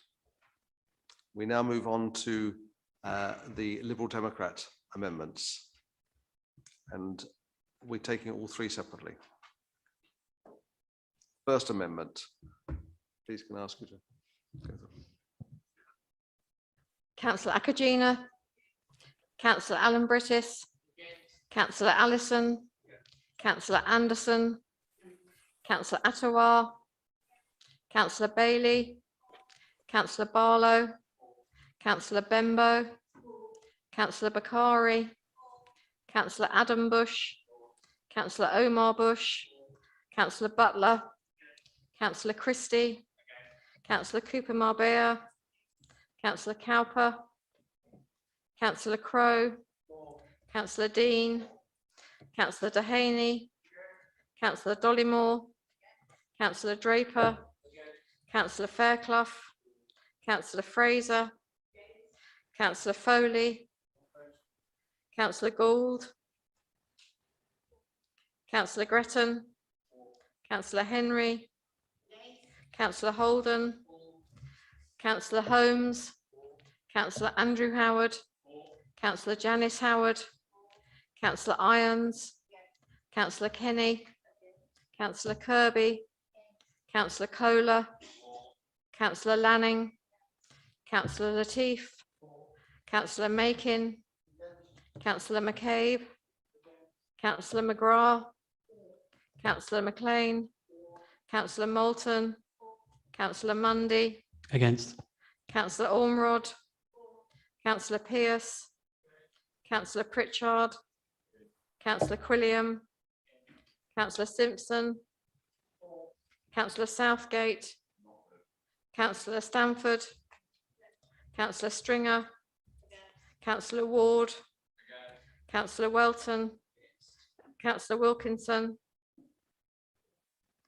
Councillor Williams, Councillor Macaulay. Four anyhow. Councillor Wilkinson not voting, Councillor Williams 4. Correct. Councillor Macaulay. The Mayor. Not voting.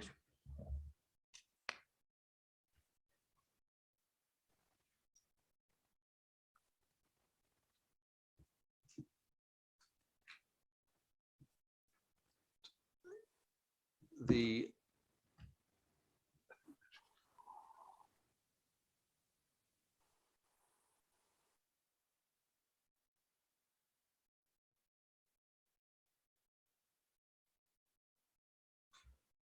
Okay, the result of the first amendment from Liberal Democrats, 423 against 29, not voting for. Thank you. So that amendment is lost. We move on to the second amendment.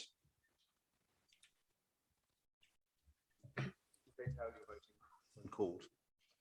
Councillor Akagina, Councillor Alan Brittis, Councillor Allison, Councillor Anderson, Councillor Attawar, Councillor Bailey, Councillor Barlow, Councillor Bembo, Councillor Bakari, Councillor Adam Bush, Councillor Omar Bush, Councillor Butler, Councillor Christie, Councillor Cooper Marbella, Councillor Cowper, Councillor Crowe, Councillor Dean, Councillor Dehaney, Councillor Dollymore, Councillor Draper, Councillor Fairclough, Councillor Fraser, Councillor Foley, Councillor Gould, Councillor Gretton, Councillor Henry, Councillor Holden, Councillor Holmes, Councillor Andrew Howard, Councillor Janice Howard,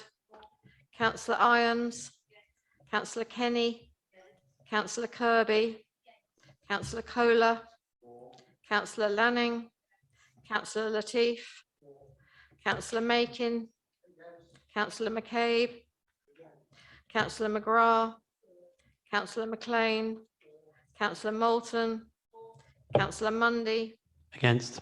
Councillor Ormrod, Councillor Pearce, Councillor Pritchard, Councillor Quilliam, Councillor Simpson, Councillor Southgate, Councillor Stamford, Councillor Stringer, Councillor Ward, Councillor Welton, Councillor Wilkinson, Councillor Williams, Councillor Macaulay. Mayor not voting? Against.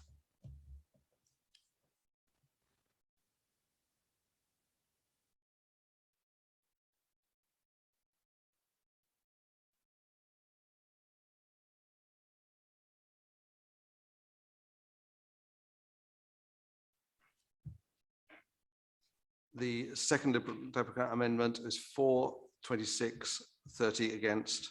Obviously got my numbers wrong there. So that it fails.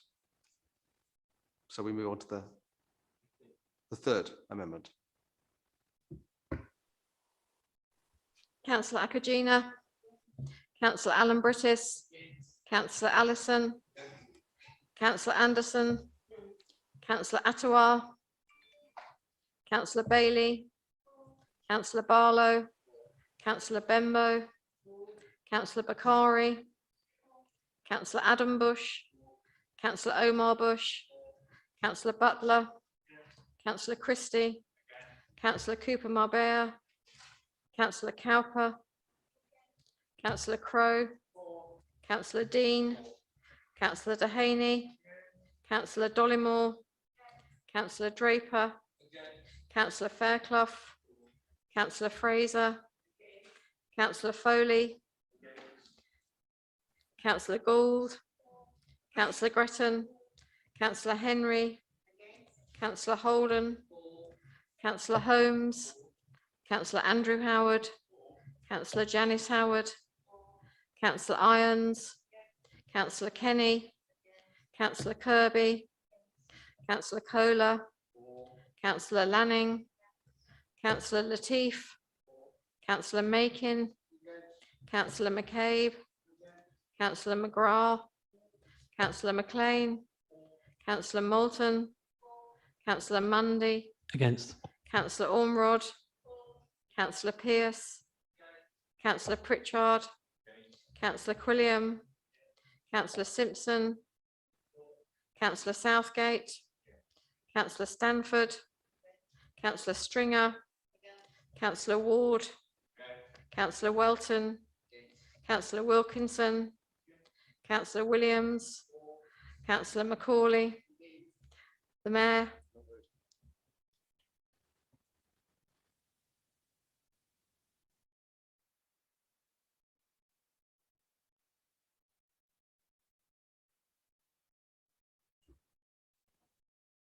The third Liberal Democrat amendment, 423 against 32, one not voting. So that amendment fails as well.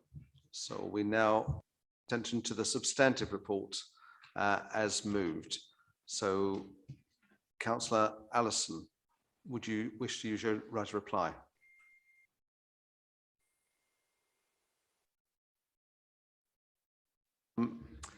So I now call for a roll call, as we have to have, we can't just unanimously agree it, a roll call on the budget.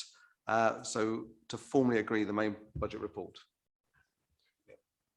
Councillor Akagina, Councillor Alan Brittis, Councillor Allison, Councillor Anderson, Councillor Attawar, Councillor Bailey, Councillor Barlow, Councillor Bembo, Councillor Bakari, Councillor Adam Bush, Councillor Omar Bush, Councillor Butler, Councillor Christie, Councillor Cooper Marbella, Councillor Cowper, Councillor Crowe, Councillor Dean, Councillor Dehaney, Councillor Dollymore, Councillor Draper, Councillor Fairclough, Councillor Fraser, Councillor Foley, Councillor Gould, Councillor Gretton, Councillor Henry, Councillor Holden, Councillor Holmes, Councillor Andrew Howard,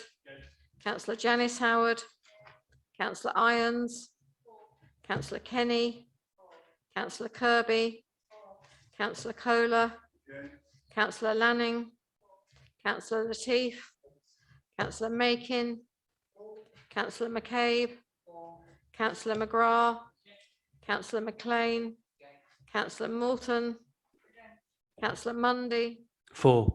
Councillor Ormrod, Councillor Pearce, Councillor Pritchard, Councillor Quilliam, Councillor Simpson, Councillor Southgate, Councillor Stamford, Councillor Stringer, Councillor Ward, Councillor Welton, Councillor Wilkinson, Councillor Williams, Councillor Macaulay, the Mayor.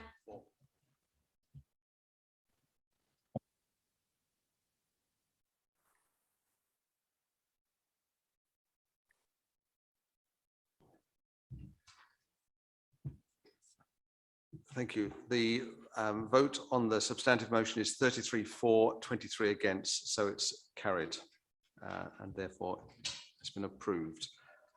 We're about to end the meeting, but there's been a lot said by people who are standing down at this council, and I just did some quick calculations that I think there are 17 councillors standing down voluntarily at this time. There may be others standing down involuntarily later on, but there are 17 standing down, and that equates to something around 260 years of service, which I think is an incredible amount of service. And regardless of our parties, I think we owe a debt of gratitude to every one of those. After the 5th of May, the unenviable task, or unenviable task, I was a maths specialist, not an English specialist, but having had the father of the chamber here for a number of years now as the most senior councillor, we have a mother and father of the council starting after the 5th of May, and that is Councillor Kirby and Councillor McCabe, who will have done 36 years each on the election day, and I think, barring hell freezing over, will be here on the 6th of May. So congratulations to them. Thank you for this year. I know there'll be times for thank yous at the mayor making, but you have all cooperated, with one or two small exceptions, extremely well, and I found chairing council meetings far less daunting than I anticipated. So thank you to all of you for that. A safe journey home, and let's hope that in the very near future, we'll be able to put all the distancing and all the other requirements completely behind us and look forward to 4 more years on the council. So thank you, safe journeys home, and thank you to those at home and any public members who are watching still. Okay.